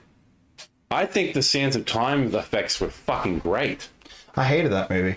You really didn't like it at all? If you came to me and said which one would you prefer, Prince of Persia or Assassin's Creed, I would say Prince of Persia, because that Assassin's Creed movie was a piece of shit. Yeah. But I still I didn't like it. Because you didn't feel like Prince of Persia, do you? He was a white boy. Yeah. It was Jake Gyllenhaal. Jake Gyllenhaal. I didn't understand why. Look, I like the Sands of Time effects in it. I reckon they were great. But overall, kind of mid and just... Good to see Akuma back making games. Yeah, that's one of the directors actually. She was actually supposed to, she did another game. She spoke after the event of it. After the display. And I was like, she's cool. She's great. I'm very much excited for it, so I will be probably getting it at some point. I agree. Well, it could have been so much better. Now, if Alyssa was still here, we should be raving about this section here. I will be talking to her about it. The next up will be... Why are you fucking glitching out? Tomb Raider. God. Yeah, unfortunately, though, it is delayed. Yeah, it has been delayed. But you know what was weird? I was literally talking to you about Tomb Raider last night. Yeah, we were. What were we talking about with Tomb Raider again? What were we talking about? This game. I want more details about what's going on, because it's supposed to come out this year, and I haven't heard anything. And then today, all of a sudden, it fucking drops a brand new trailer, and it gives us the release date, February 17th, and it's goddamn good. We have such a... I mean, for goodness sake, first and foremost, Lara looks amazing. The graphics look fucking cool. The combat looks really great. This is a very, very good remake. Remake without being a remake. It's a remake without being a remake. It's an entirely brand new game off the first game. I'm going to be so excited with the first opening stage when you open up those doors outside the snowy mountains and walking in there with these new graphics. God damn, I'm excited. And the pre-order bonus for it is even more. You get the Survivor. You get the Survivor skin. Yeah, I love that. For the 2013 Tomb Raider, which I think is awesome. I mean, I don't think we would have this if we didn't have the trilogy. The trilogy. Because that trilogy saved Tomb Raider. Beautiful. It was great. It changed what Tomb Raider was. Lara needed an origin story. We needed to know how she becomes this Tomb Raider. She needed an origin story, but like also, it was more of like that the franchise needed saving. It was all shit. It was going all shit. Crystal Dynamics saved the goddamn franchise because EDS Montreal literally gave up on it because Angel of Darkness was awful. That was such a shitty fucking Tomb Raider. And they knew it. That's why the franchise went on ice for years. Did you notice in this trailer, though, that they couldn't obviously get the rights to use National Geographic, but you could tell it was in like a fake National Geographic? Yeah, I saw that. I found that funny. I was like, you can't get You're a very hard woman to find. Well, you found me. You found me. I have to say. There was a shot in this, though. I'll see if I can bring it up on the screen. Mm-hmm. Make sure you mute the volume because copyright. Yes, good point. I feel like a lot of studios are either releasing in September or moving till 2020 to avoid GTA 6. I agree. Yeah, that'll be why. That'll be massively why. Why are you taking ages to freaking load, you bastard? Maybe it doesn't like you. Shut up. Thinks you're a bit of a cunt. Oi, language. My apologies. It's fucking not doing its fucking thing. Oh, yeah, I'll just bring it up on here. Maybe. Sorry, give me a minute, guys. I don't know why it's being so slow. We're doing technical stuff. But I agree, yeah. A lot of studios are releasing in September or making it to move to 2037 because probably one of the bigger games of all time, GTA 6, is releasing this year, which we are not far away. This is running so slow. Yeah, what is going on? And your internet's top notch, eh? Yeah. Maybe it's just because we're streaming. That's most likely it. And it just can't handle it. But this. There we go. Here. This. Yeah. That shot right there. This. Uncharted 2. That's Uncharted 2. I saw that there. I was like, yeah, with the train. That's Uncharted 2. That looks so freaking good. Oh my god, I'm so keen. I'm very excited for it. I'm excited too. Because we've got this one, and there's another one coming out the year after. Yeah, what's that one? What's the second one? What's the other one called? Because we got Legacy. This is Legacy of Atlantis. Yes. And what's the other one called? Cataclysm. Something like that. Tomb Raider Cataclysm. I'm just going to refresh this page. Yeah. So it's not going to glitch out as much. Yeah, Tomb Raider Cataclysm is the next installment after this, and it's a brand new installment. It's not a remake; it's a whole new, a fresh new game coming from. Really? Because I thought it was kind of hinting at that it was going to be kind of remaking a bit of 2. No, I don't think there think were elements of 2 that was going to be in that one. Give me a sec. I'm going to look it up. Hold on.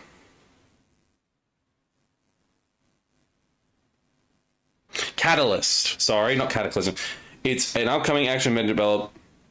It is the 14th main entry in the Tomb Raider series and the sequel to Tomb Raider Underworld. Ah. The story takes place in northern India, years after the events of Underworld, and follows Lara Croft as she navigates the aftermath of a mythical cataclysm. The game is scheduled to release for PlayStation 5, Windows, and Xbox Series X in next year. There we go. All right, we're back. Now, this was one that I was I was very intrigued by. Was The Lost Wild. It was just a dinosaur survival horror. Oh, yeah, I saw that. Man, it's just giving me Jurassic Park vibes, except now you've got to survive against the goddamn dinosaurs. You've got no fucking weapons to defend yourself. You've got to stay away from them. And I don't know much more worse. I'm sure there will be weapons at some point. Some point, yeah. But you don't see much. It's mostly storytelling in this. You don't see any gameplay. Oh. I don't think. I did see some gameplay for it. Really? Yeah, it did look like gameplay. Might not be true. It might not be. Yeah, but anything in this generation kind of looks like gameplay because of the graphics. So. But it does look fucking creepy, though. It looks terrifying. Yeah, and it's being done by Great Ape Games and Annapurna Interactive. Yeah. So Annapurna Interactive, they're really freaking great. It's best described as a survival horror built on 3 things: observation, instinct, and restraint. Yeah, Annapurna Interactive. Game director Gary Napper said, "Watching where a dinosaur looks before you move, holding still when something taller than the building you're hiding behind walks past, knowing when not to run. In this post, I want to talk about the design philosophy behind it." So you might know Annapurna Interactive. They made that cat game called Stray. Oh, I love Stray. Yeah, they made Stray. Oh. They also made. That didn't get Game of the Year, did it? I believe it did. Oh, it was in the running, though, I believe. It was in the running. They also did the Outer Wilds as well. Oh, perfect. They did. Well, they also did What Remains of Edith Finch, Neon White, 12 Minutes, A Memoir, Blue, Solar Ash, The Artful Escape, Kentucky Route Zero, Gorogoa, Thirsty Suitors, and Sayonara Wild Hearts. They've done a bunch of games over the years. What else have they done? Journey. Yes, they did Journey. Well, either way, like they've got a good track record, and I'm very interested by it. You might know Journey. Yeah, I know. Yeah, I love Journey. Yeah. Anyway, are you going to pick it up? Oh fuck yeah! I love a good dinosaur horror. It just reminds me of Dino Crisis back in the day. Good point. All right, next up, this is one I think you'll be looking forward to the most. One of the most, as Phantom Blade Zero's release date slipped. So Phantom Blade Zero's release date has been moved from September 9th to October 29th. Oh boy. They did say, "I want to offer my sincere apologies to all players who have been following and supporting us. This was not an easy decision. More than anyone, we understand the expectations of our players have placed on us, and precisely because of those expectations, we do not want to release Phantom Blade Zero, knowing there is still an opportunity to take it one step further." God, it looks good. It did look really, really good. It looks great. The lightning fast, the lightning fast fucking combos we could do as a samurai in this game is insane. And I love a good fucking a good hack and slash, but just using, being a samurai, I think it's fucking cool.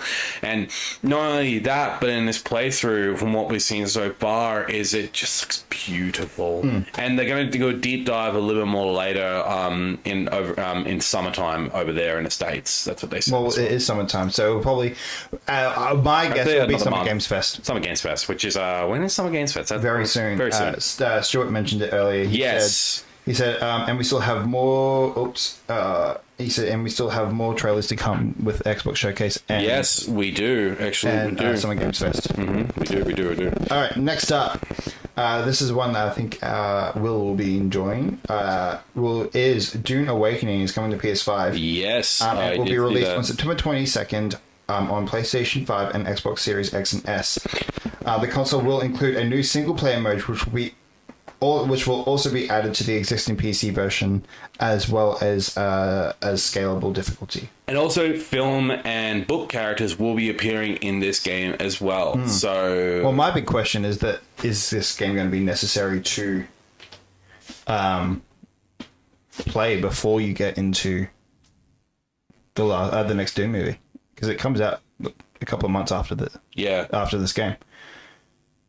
Should you play Dune? I'm actually going to ask it. Should you play Dune Awakening before seeing Dune 3? The answer is you don't need to play Dune Awakening before seeing Dune 3. Then we've got a big show next week, because Stuart just said Summer Games Fest starts Saturday. Shit. The game takes place in an alternate timeline where Paul Atreides was never born, so it won't spoil the movies. Okay, cool. It focused on survival and politics. I wasn't thinking it was going to spoil it, but more of setting up things, but... Because the game branched off the What If timeline, major plot beats from Frank Herbert's Dan Messiah, or upcoming movies untouched. Dune Awakening provides an in-game cutscenes and lore drops that explain the universe to newcomers, so you won't be totally lost if you're only casually familiar with the films. You are playing as an independent survivalist, carving your own path in a deep desert rather than following Paul's overarching saga. Okay. Yeah, absolutely. Okay. Yeah, that's it. Dune Awakening. I actually think it looked really good. Yeah. I'm not going to lie. Got Phantom Blade that looks great. And the fact that they're now adding a single player part to it, that makes me more intrigued, because I don't really enjoy multiplayer stuff much. I like multiplayer, couch co-op, but I don't really like online multiplayer stuff. See, I'm in the mind frame. I actually enjoy it because, one, I've played online multiplayer multiple times. I enjoy it, particularly when I'm playing Marvel Rivals. I'm playing Helldivers 2. But I do think local couch co-op is a great way to enjoy it with your friends. It's the best way to do multiplayer. It's best like for example, look what I did last night with my friends. We played Mortal Kombat local co-op. You had a Mortal Kombat night. Yeah, we did. We played Mortal Kombat 1, and we played all the old school Mortal Kombat games like Mortal Kombat 9. Played a bit of Mortal Kombat 3 and 4 as well, like the old school ones. Really damn good. I recommend it. Having local couch co-op back in the especially still nowadays, it's fun. It's so much fun. That's why I love Mario Kart. I would fucking love it if we were able to get an old school friggin' Nintendo 64, get all 4 controllers and play 4v4 GoldenEye. I have it. We should do that for the game night. I don't think I have 4 controllers. We have to get 4 controllers.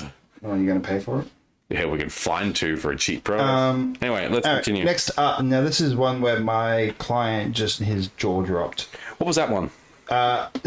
Dynasty Warriors 3 is getting a PS5 remaster. Yeah, I saw that. I love Dynasty Warriors. I think it's the 1 versus 1,000 soldiers mentalities. It looks really good. Oh, it looks fucking phenomenal. I love it.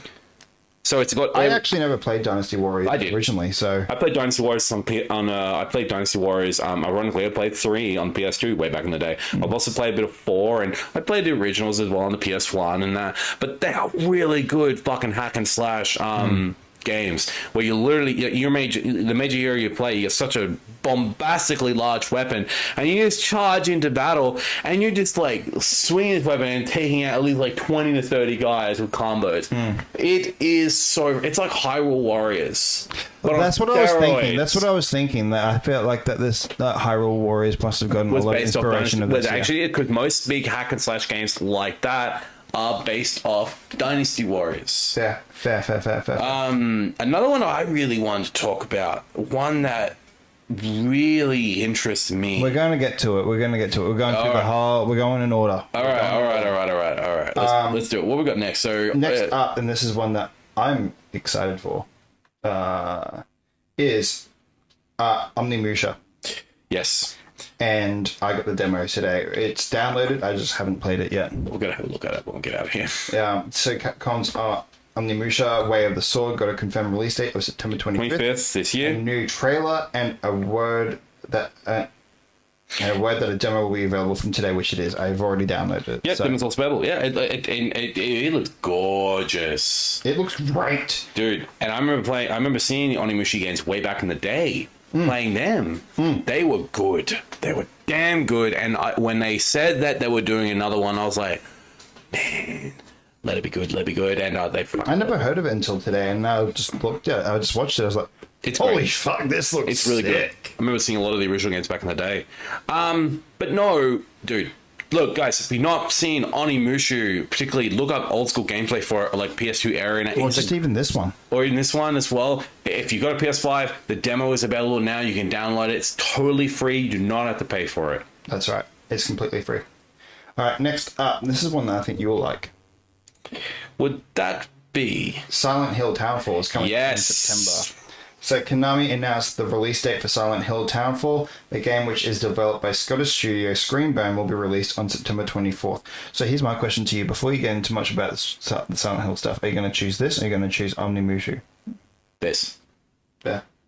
Because one, for the first time ever, for the second time, they are leaving the town of Silent Hill because the developers of both Silent Hill F and also Silent Hill Townfall have said that you can the Silent Hill can be outside Silent Hill now, which I think is a great idea. This is how you evolve the franchise. This is how you change it. And Townfall looks really interesting. For the first time ever in the Silent Hill franchise, this is first person.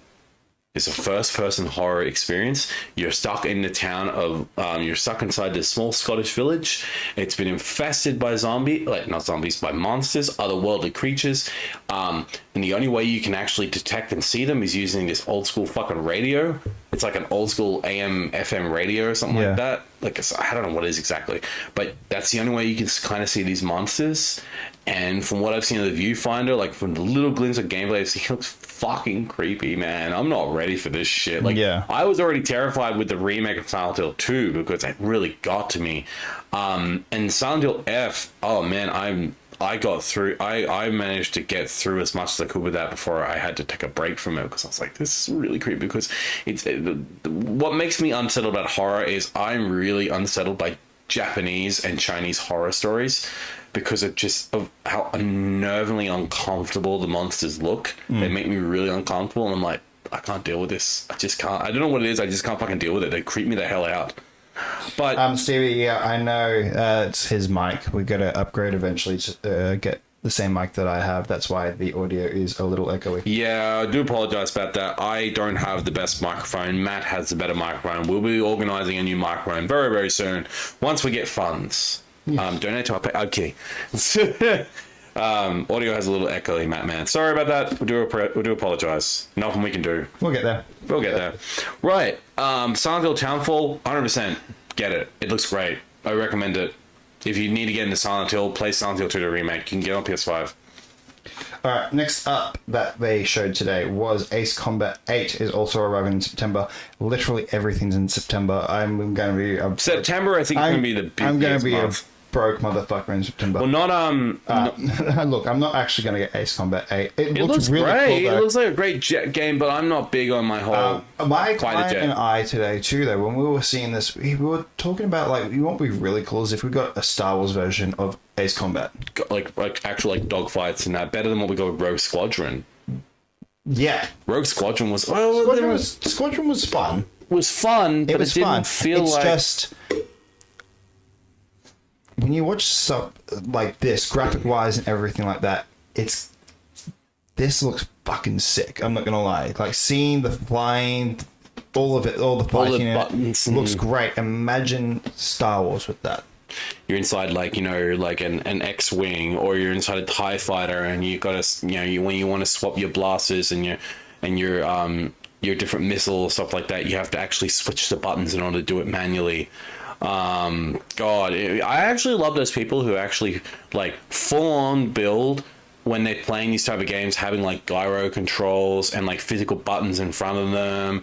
See, I want to get one of those gyro controls and then do the VR for the Squadrons game. I think that would be really cool. fucking good. It does have VR capability now. Yeah, it does. I saw that. But yeah, Capcom announced that Ace Combat 8 wins a Thiv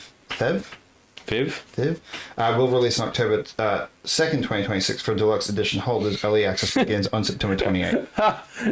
Fucking Will. Tyler has just so much aura. It resonates and echoes wherever he goes. His voice is angelic. Laughing my ass off. He's just a loud motherfucker. Yeah, I'm just a loud motherfucker. That's pretty much what it is. I'm just a loud prick. Okay, next up is a game that I'm actually really keen for. Well, was it this one right here? Yeah. Oh, a new so am I. stuntman with movie licenses. So it's Stuntman Hollywood. When I saw the gameplay for it, when I saw the first car, I was like, don't let this be Fast and Furious Crossroads 2. Well, when I first saw it, I was like, is that Brian's car? Then you saw the DeLorean. Well, yeah. So Saber Interactive revealed Stuntman Hollywood, which features Universal IPs like Fast and Furious. But then there was another shot, and we're like, wow, now this section looks very 80s. Then next minute, you fucking see Kit. And I'm like, is that Kit? Knight Rider. And then he comes out, and then next minute, you fucking see the DeLorean. And I'm like, oh, fuck off. Were you expecting Michael J. Fox to have that car? No, I was actually kind of expecting 80s Batman. That'd be cool. The 89 Batmobile. Actually, man, that'd be so cool for stunts. I was kind of expecting that. That might be DLC. Who knows? Who knows? I mean, by the sounds of it sounds like they only have Similar IPs. Universal IPs. So, which I'm not going to complain about. No, but okay. So, Stuntman Hollywood is built on the speed and control of an arcade racer, the spectacular chaos of crashes and destruction, and the precision a difficult stuntman demands. I remember playing Stuntman way back in the day. I had so much fun with it. It was one of my favorite games. I really loved the first one because I used to play it so much. I liked Ignition. Really good, but this looks really cool. The fact that they got it coming back. This is the thing. I actually didn't know about that Stuntman game. You should get it. It's the one that I hadn't seen. Yeah, you have a different. Oh boy, you have a different game there. I believe you found it, didn't you? Yeah, it's here somewhere. Give me a second. Give me a second. Oh shit. All right, I will say, gotta pop off now, lads. Thanks for another great stream. See you soon. Bye, Will. Thanks for joining, man. Where's my date? Ah!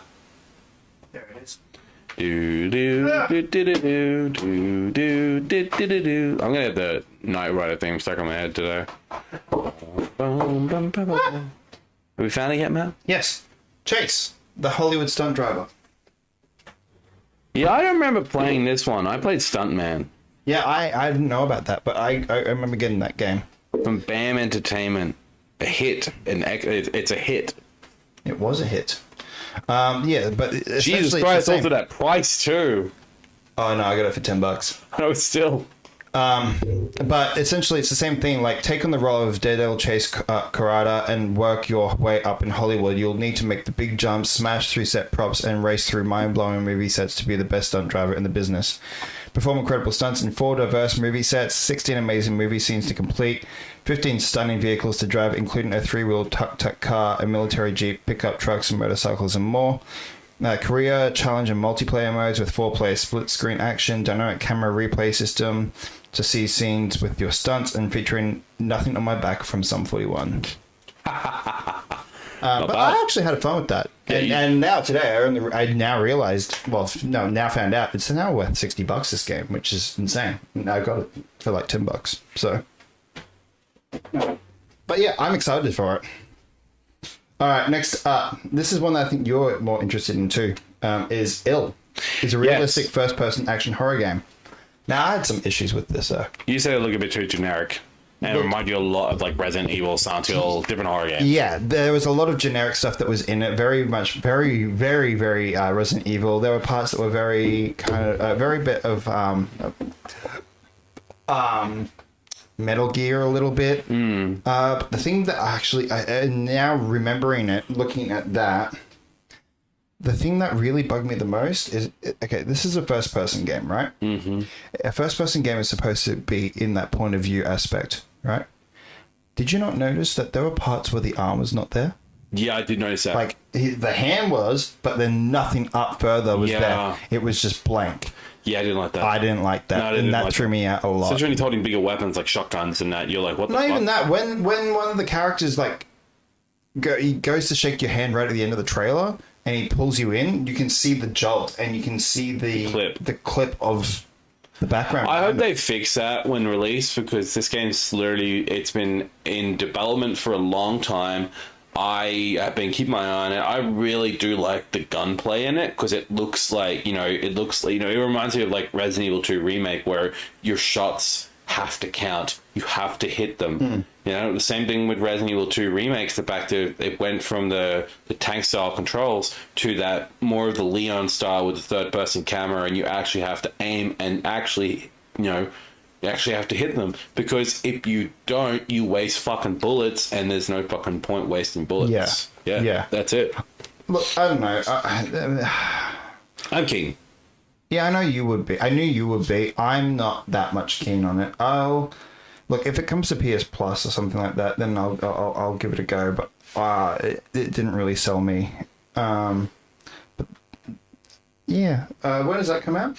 So no, or is it in development? No firm release date was given other than next year. Okay, so no next year. So still in development. All right. Next up was Control Resonant.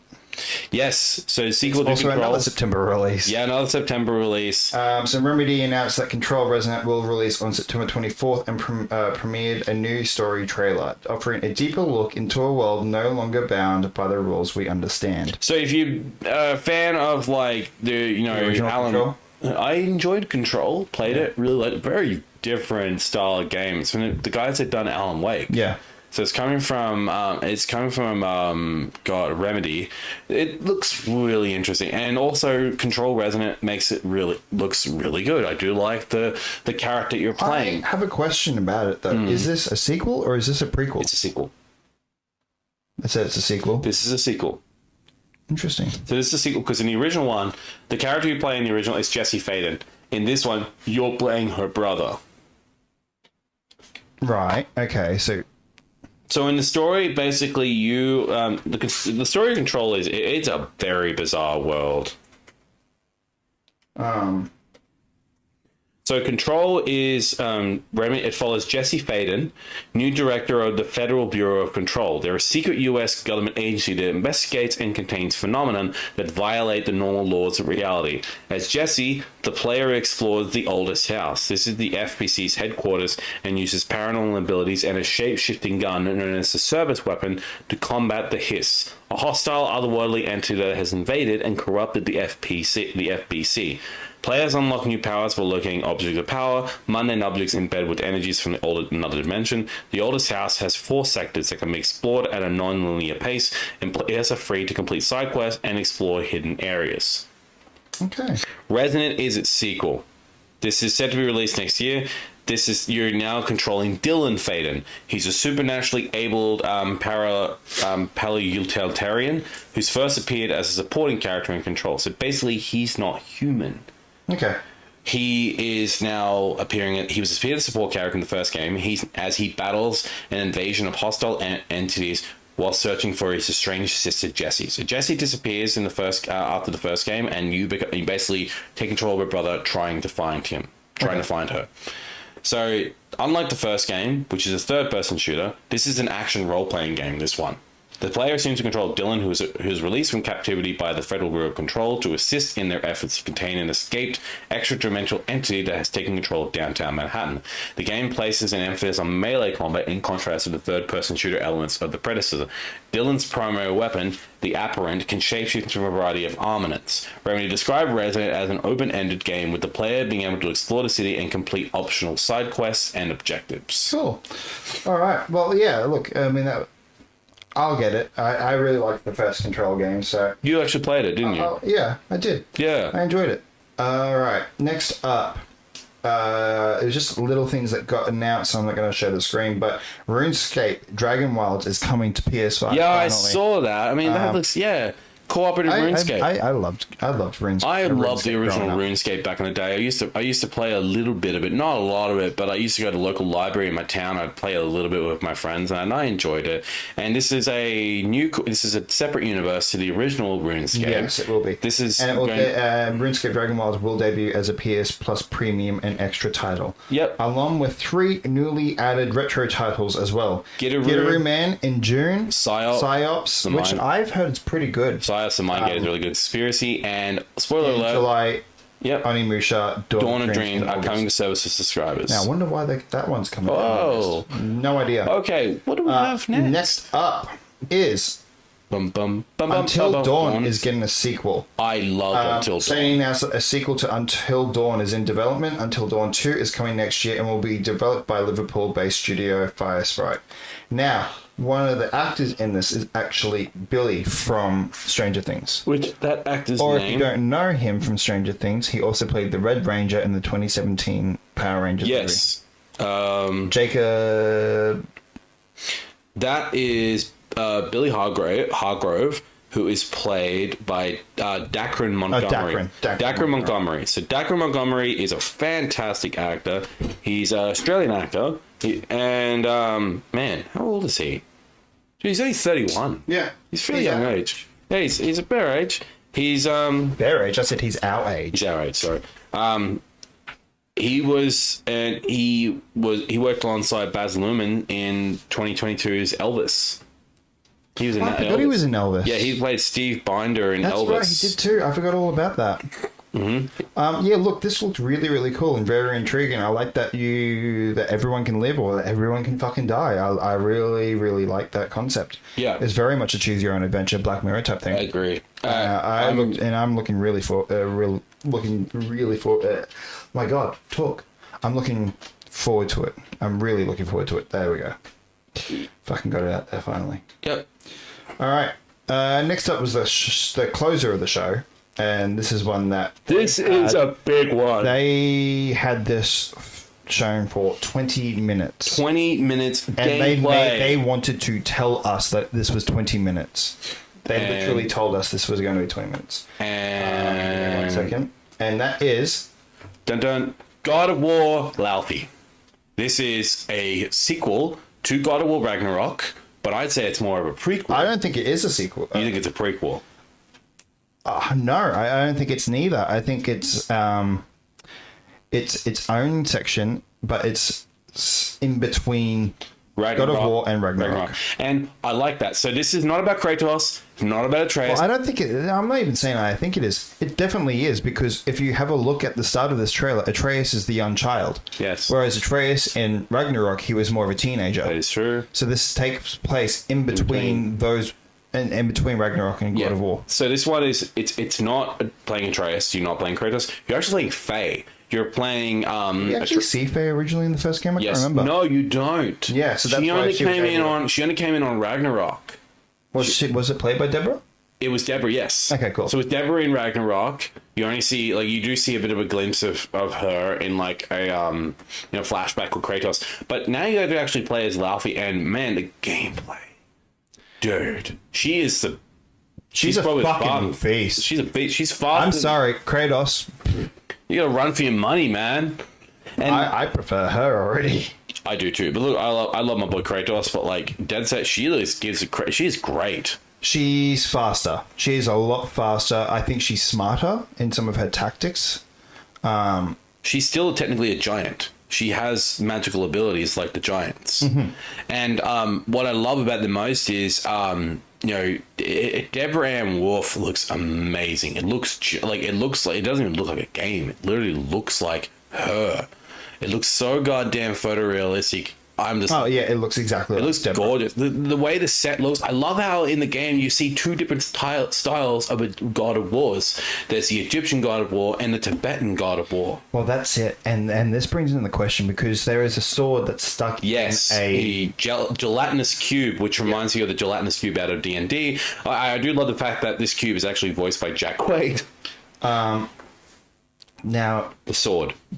There is a lot of talk already over what this could be. Yes. There's a lot of theories already that it could be Excalibur. I wholeheartedly believe that could be Excalibur.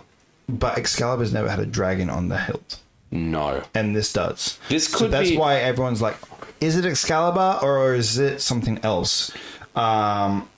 And they want you to know. You're gonna find out in the game, because they are talking a lot in this 20 minutes. And it is the first 20 minutes of the game. Yeah. It is essentially. This is the first 20 minutes of the game, because it starts off. Do you remember the start of it? This video? I do. It literally shows Kratos walking her right to tell her to go home. And then when she finds her way to where she can be reborn. Yep. And then it comes up with new game. And you hit that, and that's when she wakes up. Right? So it's literally the first 20 minutes of the game. Yeah. Fuck yeah. But where was I going? Oh, yeah. There's just a lot of people talking about what it could be, whether it could be Excalibur, because it was stuck in the cube, essentially kind of going like, is it the sword and the stone type of aspect? Is it the sword and the stone? Or is it an Egyptian type of sword? Or, maybe. I don't know, they really want you to... you're going to find out in the game. It's going to be a big thing to come out in the game. I really, really hope it is Excalibur, because that would be so freaking cool. I love seeing different interpretations of Excalibur. Like, for example, Tomb Raider Legends, for example, Fallen Matter Tomb Raider, it has an Excalibur in that game, and it's an entirely different looking sword. Yeah. It looks so different. It's the most craziest design for it. Sword box. Huh? Which sword are you looking at? Is it the one from God of War Laufey? What are you looking at? Hang on. Where's the image? My client showed me today. I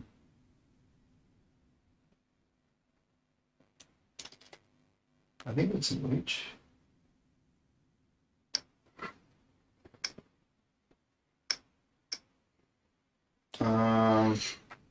Keep talking about it. I love, actually, one of my favorite swords in history is the Legend of Excalibur and the Legend of King Arthur. I think it's really cool because, again, a lot of different games were inspired by the sword in the stone. The Master Sword, for example, is inspired by Excalibur. Other sword, like I said, there's a ton of swords that are inspired by Excalibur. Like, for example, if I look it up on it right now, swords that are inspired by Excalibur. So there's a bunch. For example, swords inspired by faithful movie props. So, for example, Caliburn, the sword in the stone, the legendary predecessor of Excalibur. Artorias Pendragon's Excalibur from Fate Stay Night. King Arthur, Legend of the Sword. The Master Sword. Excalibur Galatine from Fate Grand Order. Ragniel from Fire Emblem. Games and movies have, a lot of games have been inspired by Excalibur. And I think if they're going to do it with God of War, I reckon it'd be great. I reckon it'd be a cool idea. I can't find it. Alright, keep going. I'm trying to find this fucking thing. So straight up, already people on Reddit already asking about, any guesses on what or who the sword is? That's what I was saying. Final, first thought was Excalibur. We're not sure why it would end up in the afterlife for the gods. Maybe it will be given to Arthur after Faye has it. Yeah, that's a theory. It's worth noting that the Lady of the Lake does exist. Mimir mentions her and says she has not made the sword she wants to make yet, so it probably is not Excalibur. I thought it might have been Excalibur since it's the sheath that's magical and keeps him safe. Maybe it could be Kusanagi, Japanese Sword of Winds. Maybe it could be one of the two legendary Chinese blades called Ga Zhong and Mo Yi. They were crafted by a couple who were both blacksmith, and the woman, Mo Yi, gave her life energy to forge the sword. Chinese swords often have ribbons attached to it, so maybe it could be her energy infused in it. It's a guess. The design doesn't look Japanese. Japanese swords are extremely unique. This looks European, maybe Middle Eastern or Indian. I'm going to have a look at a photo of it, see if I can find a photo of what it looks like. Okay. I can't find this image. I'm just looking but my at... client showed me today. I was like, holy shit, that looks exactly it. Because that's the sword that she's using right there. Yes. And it looks like Excalibur. You reckon? I reckon it is. It's gotta be.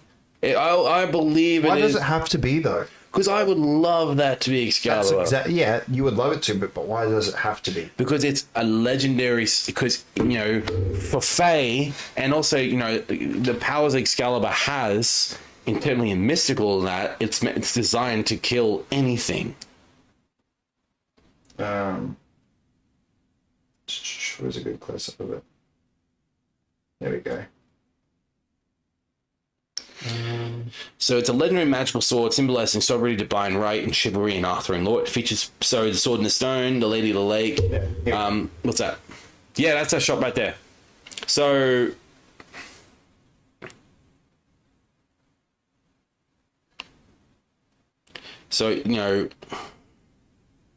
what? So straight up, its sword powers have, for example, its sovereignty, leadership, divine right.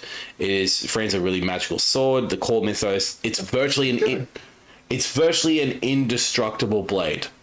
If there's a legendary sharpness that can cut through almost anything. In some renditions, drawing the sword creates a brilliant light that blinds enemies. So far more powerful than the sword itself, the scabbard grants its wielder near invincibility, ensures a bearer will not die from blood loss in battle, and prevents them from sustaining injuries. The sword acts as a judge of character. It only obeys the true king and has the power to declare someone worthy of sovereignty. So, face it. Actually, if you have a look at that, it looks like there's a powering up system there too of the sword there. If you can see it glows there. Yeah, I saw that. Maybe it's something different, but it could be... I mean, dragons on it. Dragons are connected to Arthurian legend. Are they? Yeah. In one instance in the story of... Get closer to your mic. Oh, yeah.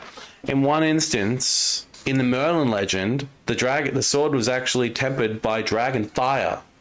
So it makes sense to have some dragon type of rendition into it. True. Then what would you explain about the ribbons? Maybe the ribbon got attached to it, perhaps. Could be something. It could be from the Lady of the Lake, or maybe remember though, Mimir said the Lady of the Lake does exist, but she has not made the perfect sword yet. This could be that sword. This could be a sword that she gets from the afterlife, or after when. That's what's being called now, the after when. I think. Yeah, I think so. And I think that this could be the sword that Faye gives to the Lady of the Lake. And basically, that's how she gets the sword. I heard a theory that she's going to end up back with Atreus and Kratos at the end of this game. Yes, I think I had talked about that with you as well. I had mentioned that. I believe that she could. Because,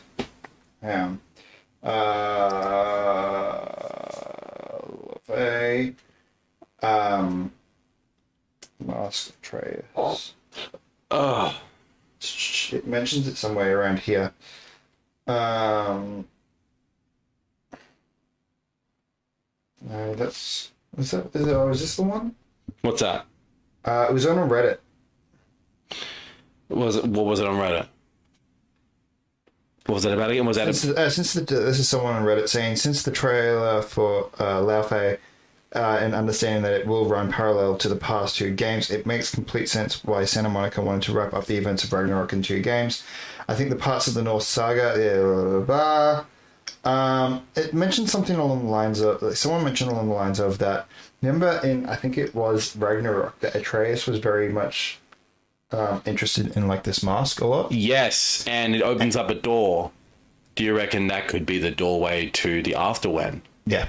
I believe it's Faye. It's Faye trying to connect with Atreus. It's Faye trying to connect with her son. She wants she wants her son back. She wants to get back because she's not dead. So someone says here, okay, theory time.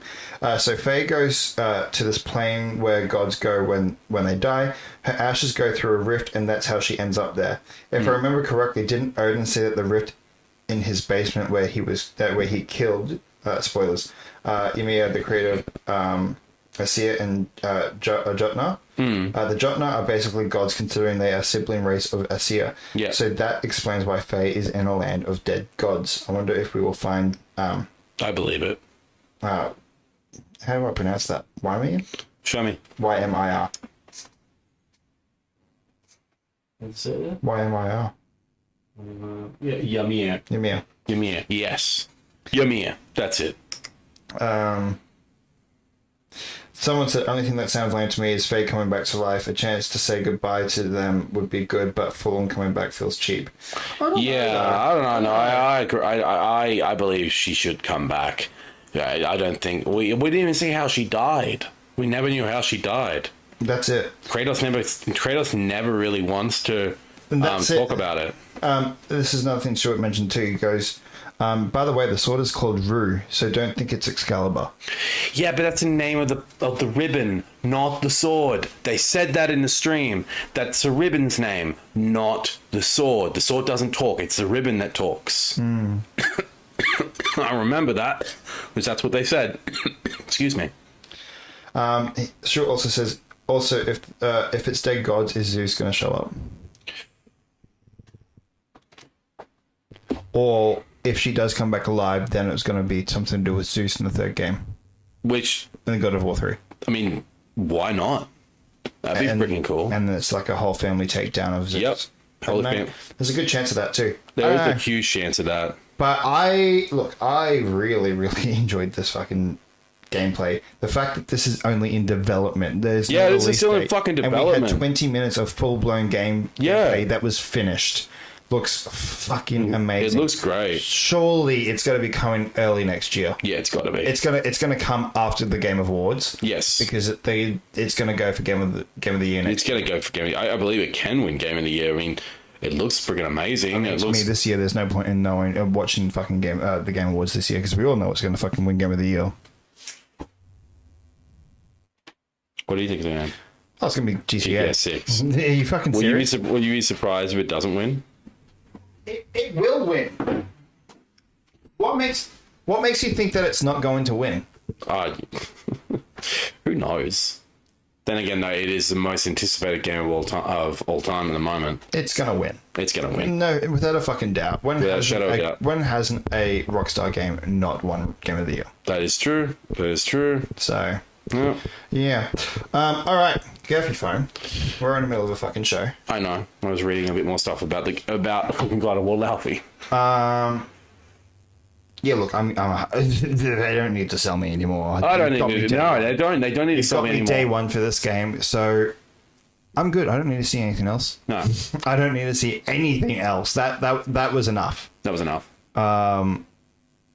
Goddamn. The only next thing I want to see is release date and a price now, and that's it. Release I don't care date. about price. I don't care how much it is. You already have my money.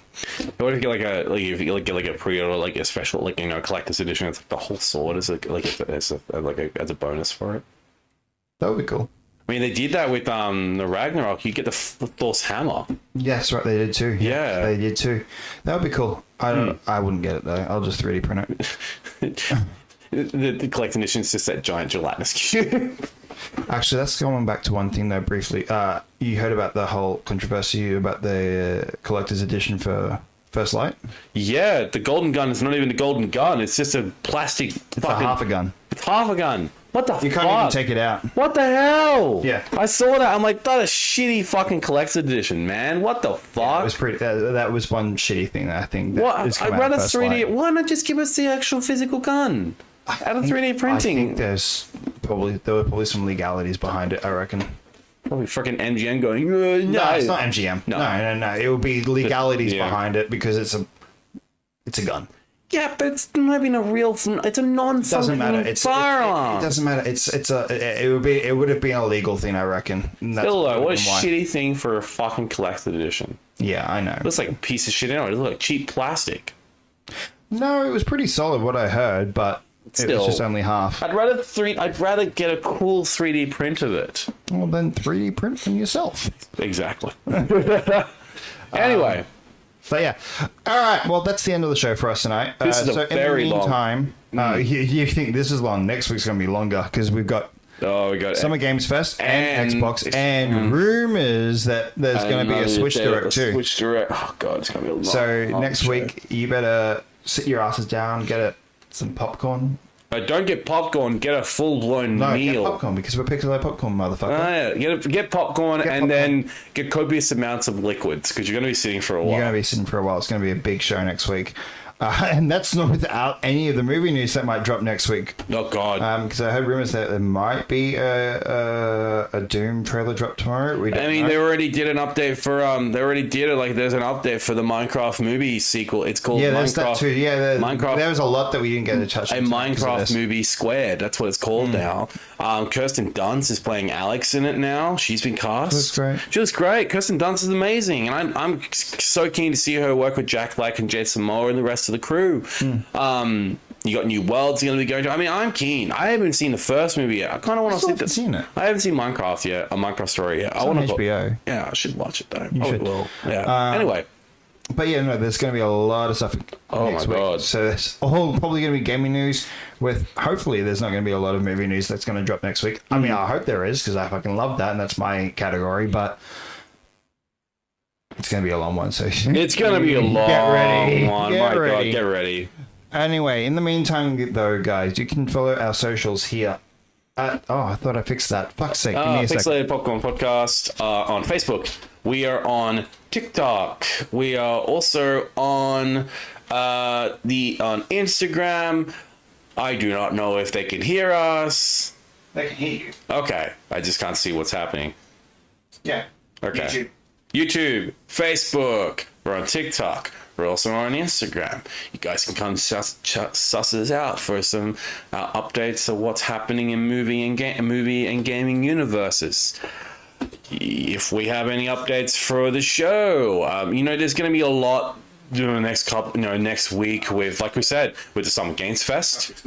What happened? I just can't fix it right now. I'll fix it later. We have Summer Games Fest coming up. We have the Xbox showcase coming up, plus a rumored Switch Direct. And the copious amounts of movie stuff coming at you. I mean, both the Batman Part 2 and Superman Man of Tomorrow is in development, plus other movies as well. There's a lot happening, but we will be here. Next Wednesday. Again, follow us Facebook, Pixelated Popcorn Podcast, TikTok, Pixelated Popcorn Podcast, and there will also be Instagram 1.2, and YouTube at Pixelated Popcorn Podcast, where you're currently watching now. So if you are on YouTube and you don't follow us already, go and hit that subscribe button and hit that notification bell down the bottom. That's it.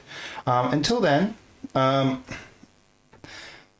see you guys next week for another giant fucking show. So, oh boy, my name's Matt, and I'm Tyler. See you guys. See you guys. Also, enjoy our new end video clip too. So, see you then. Thanks, Will. Bye.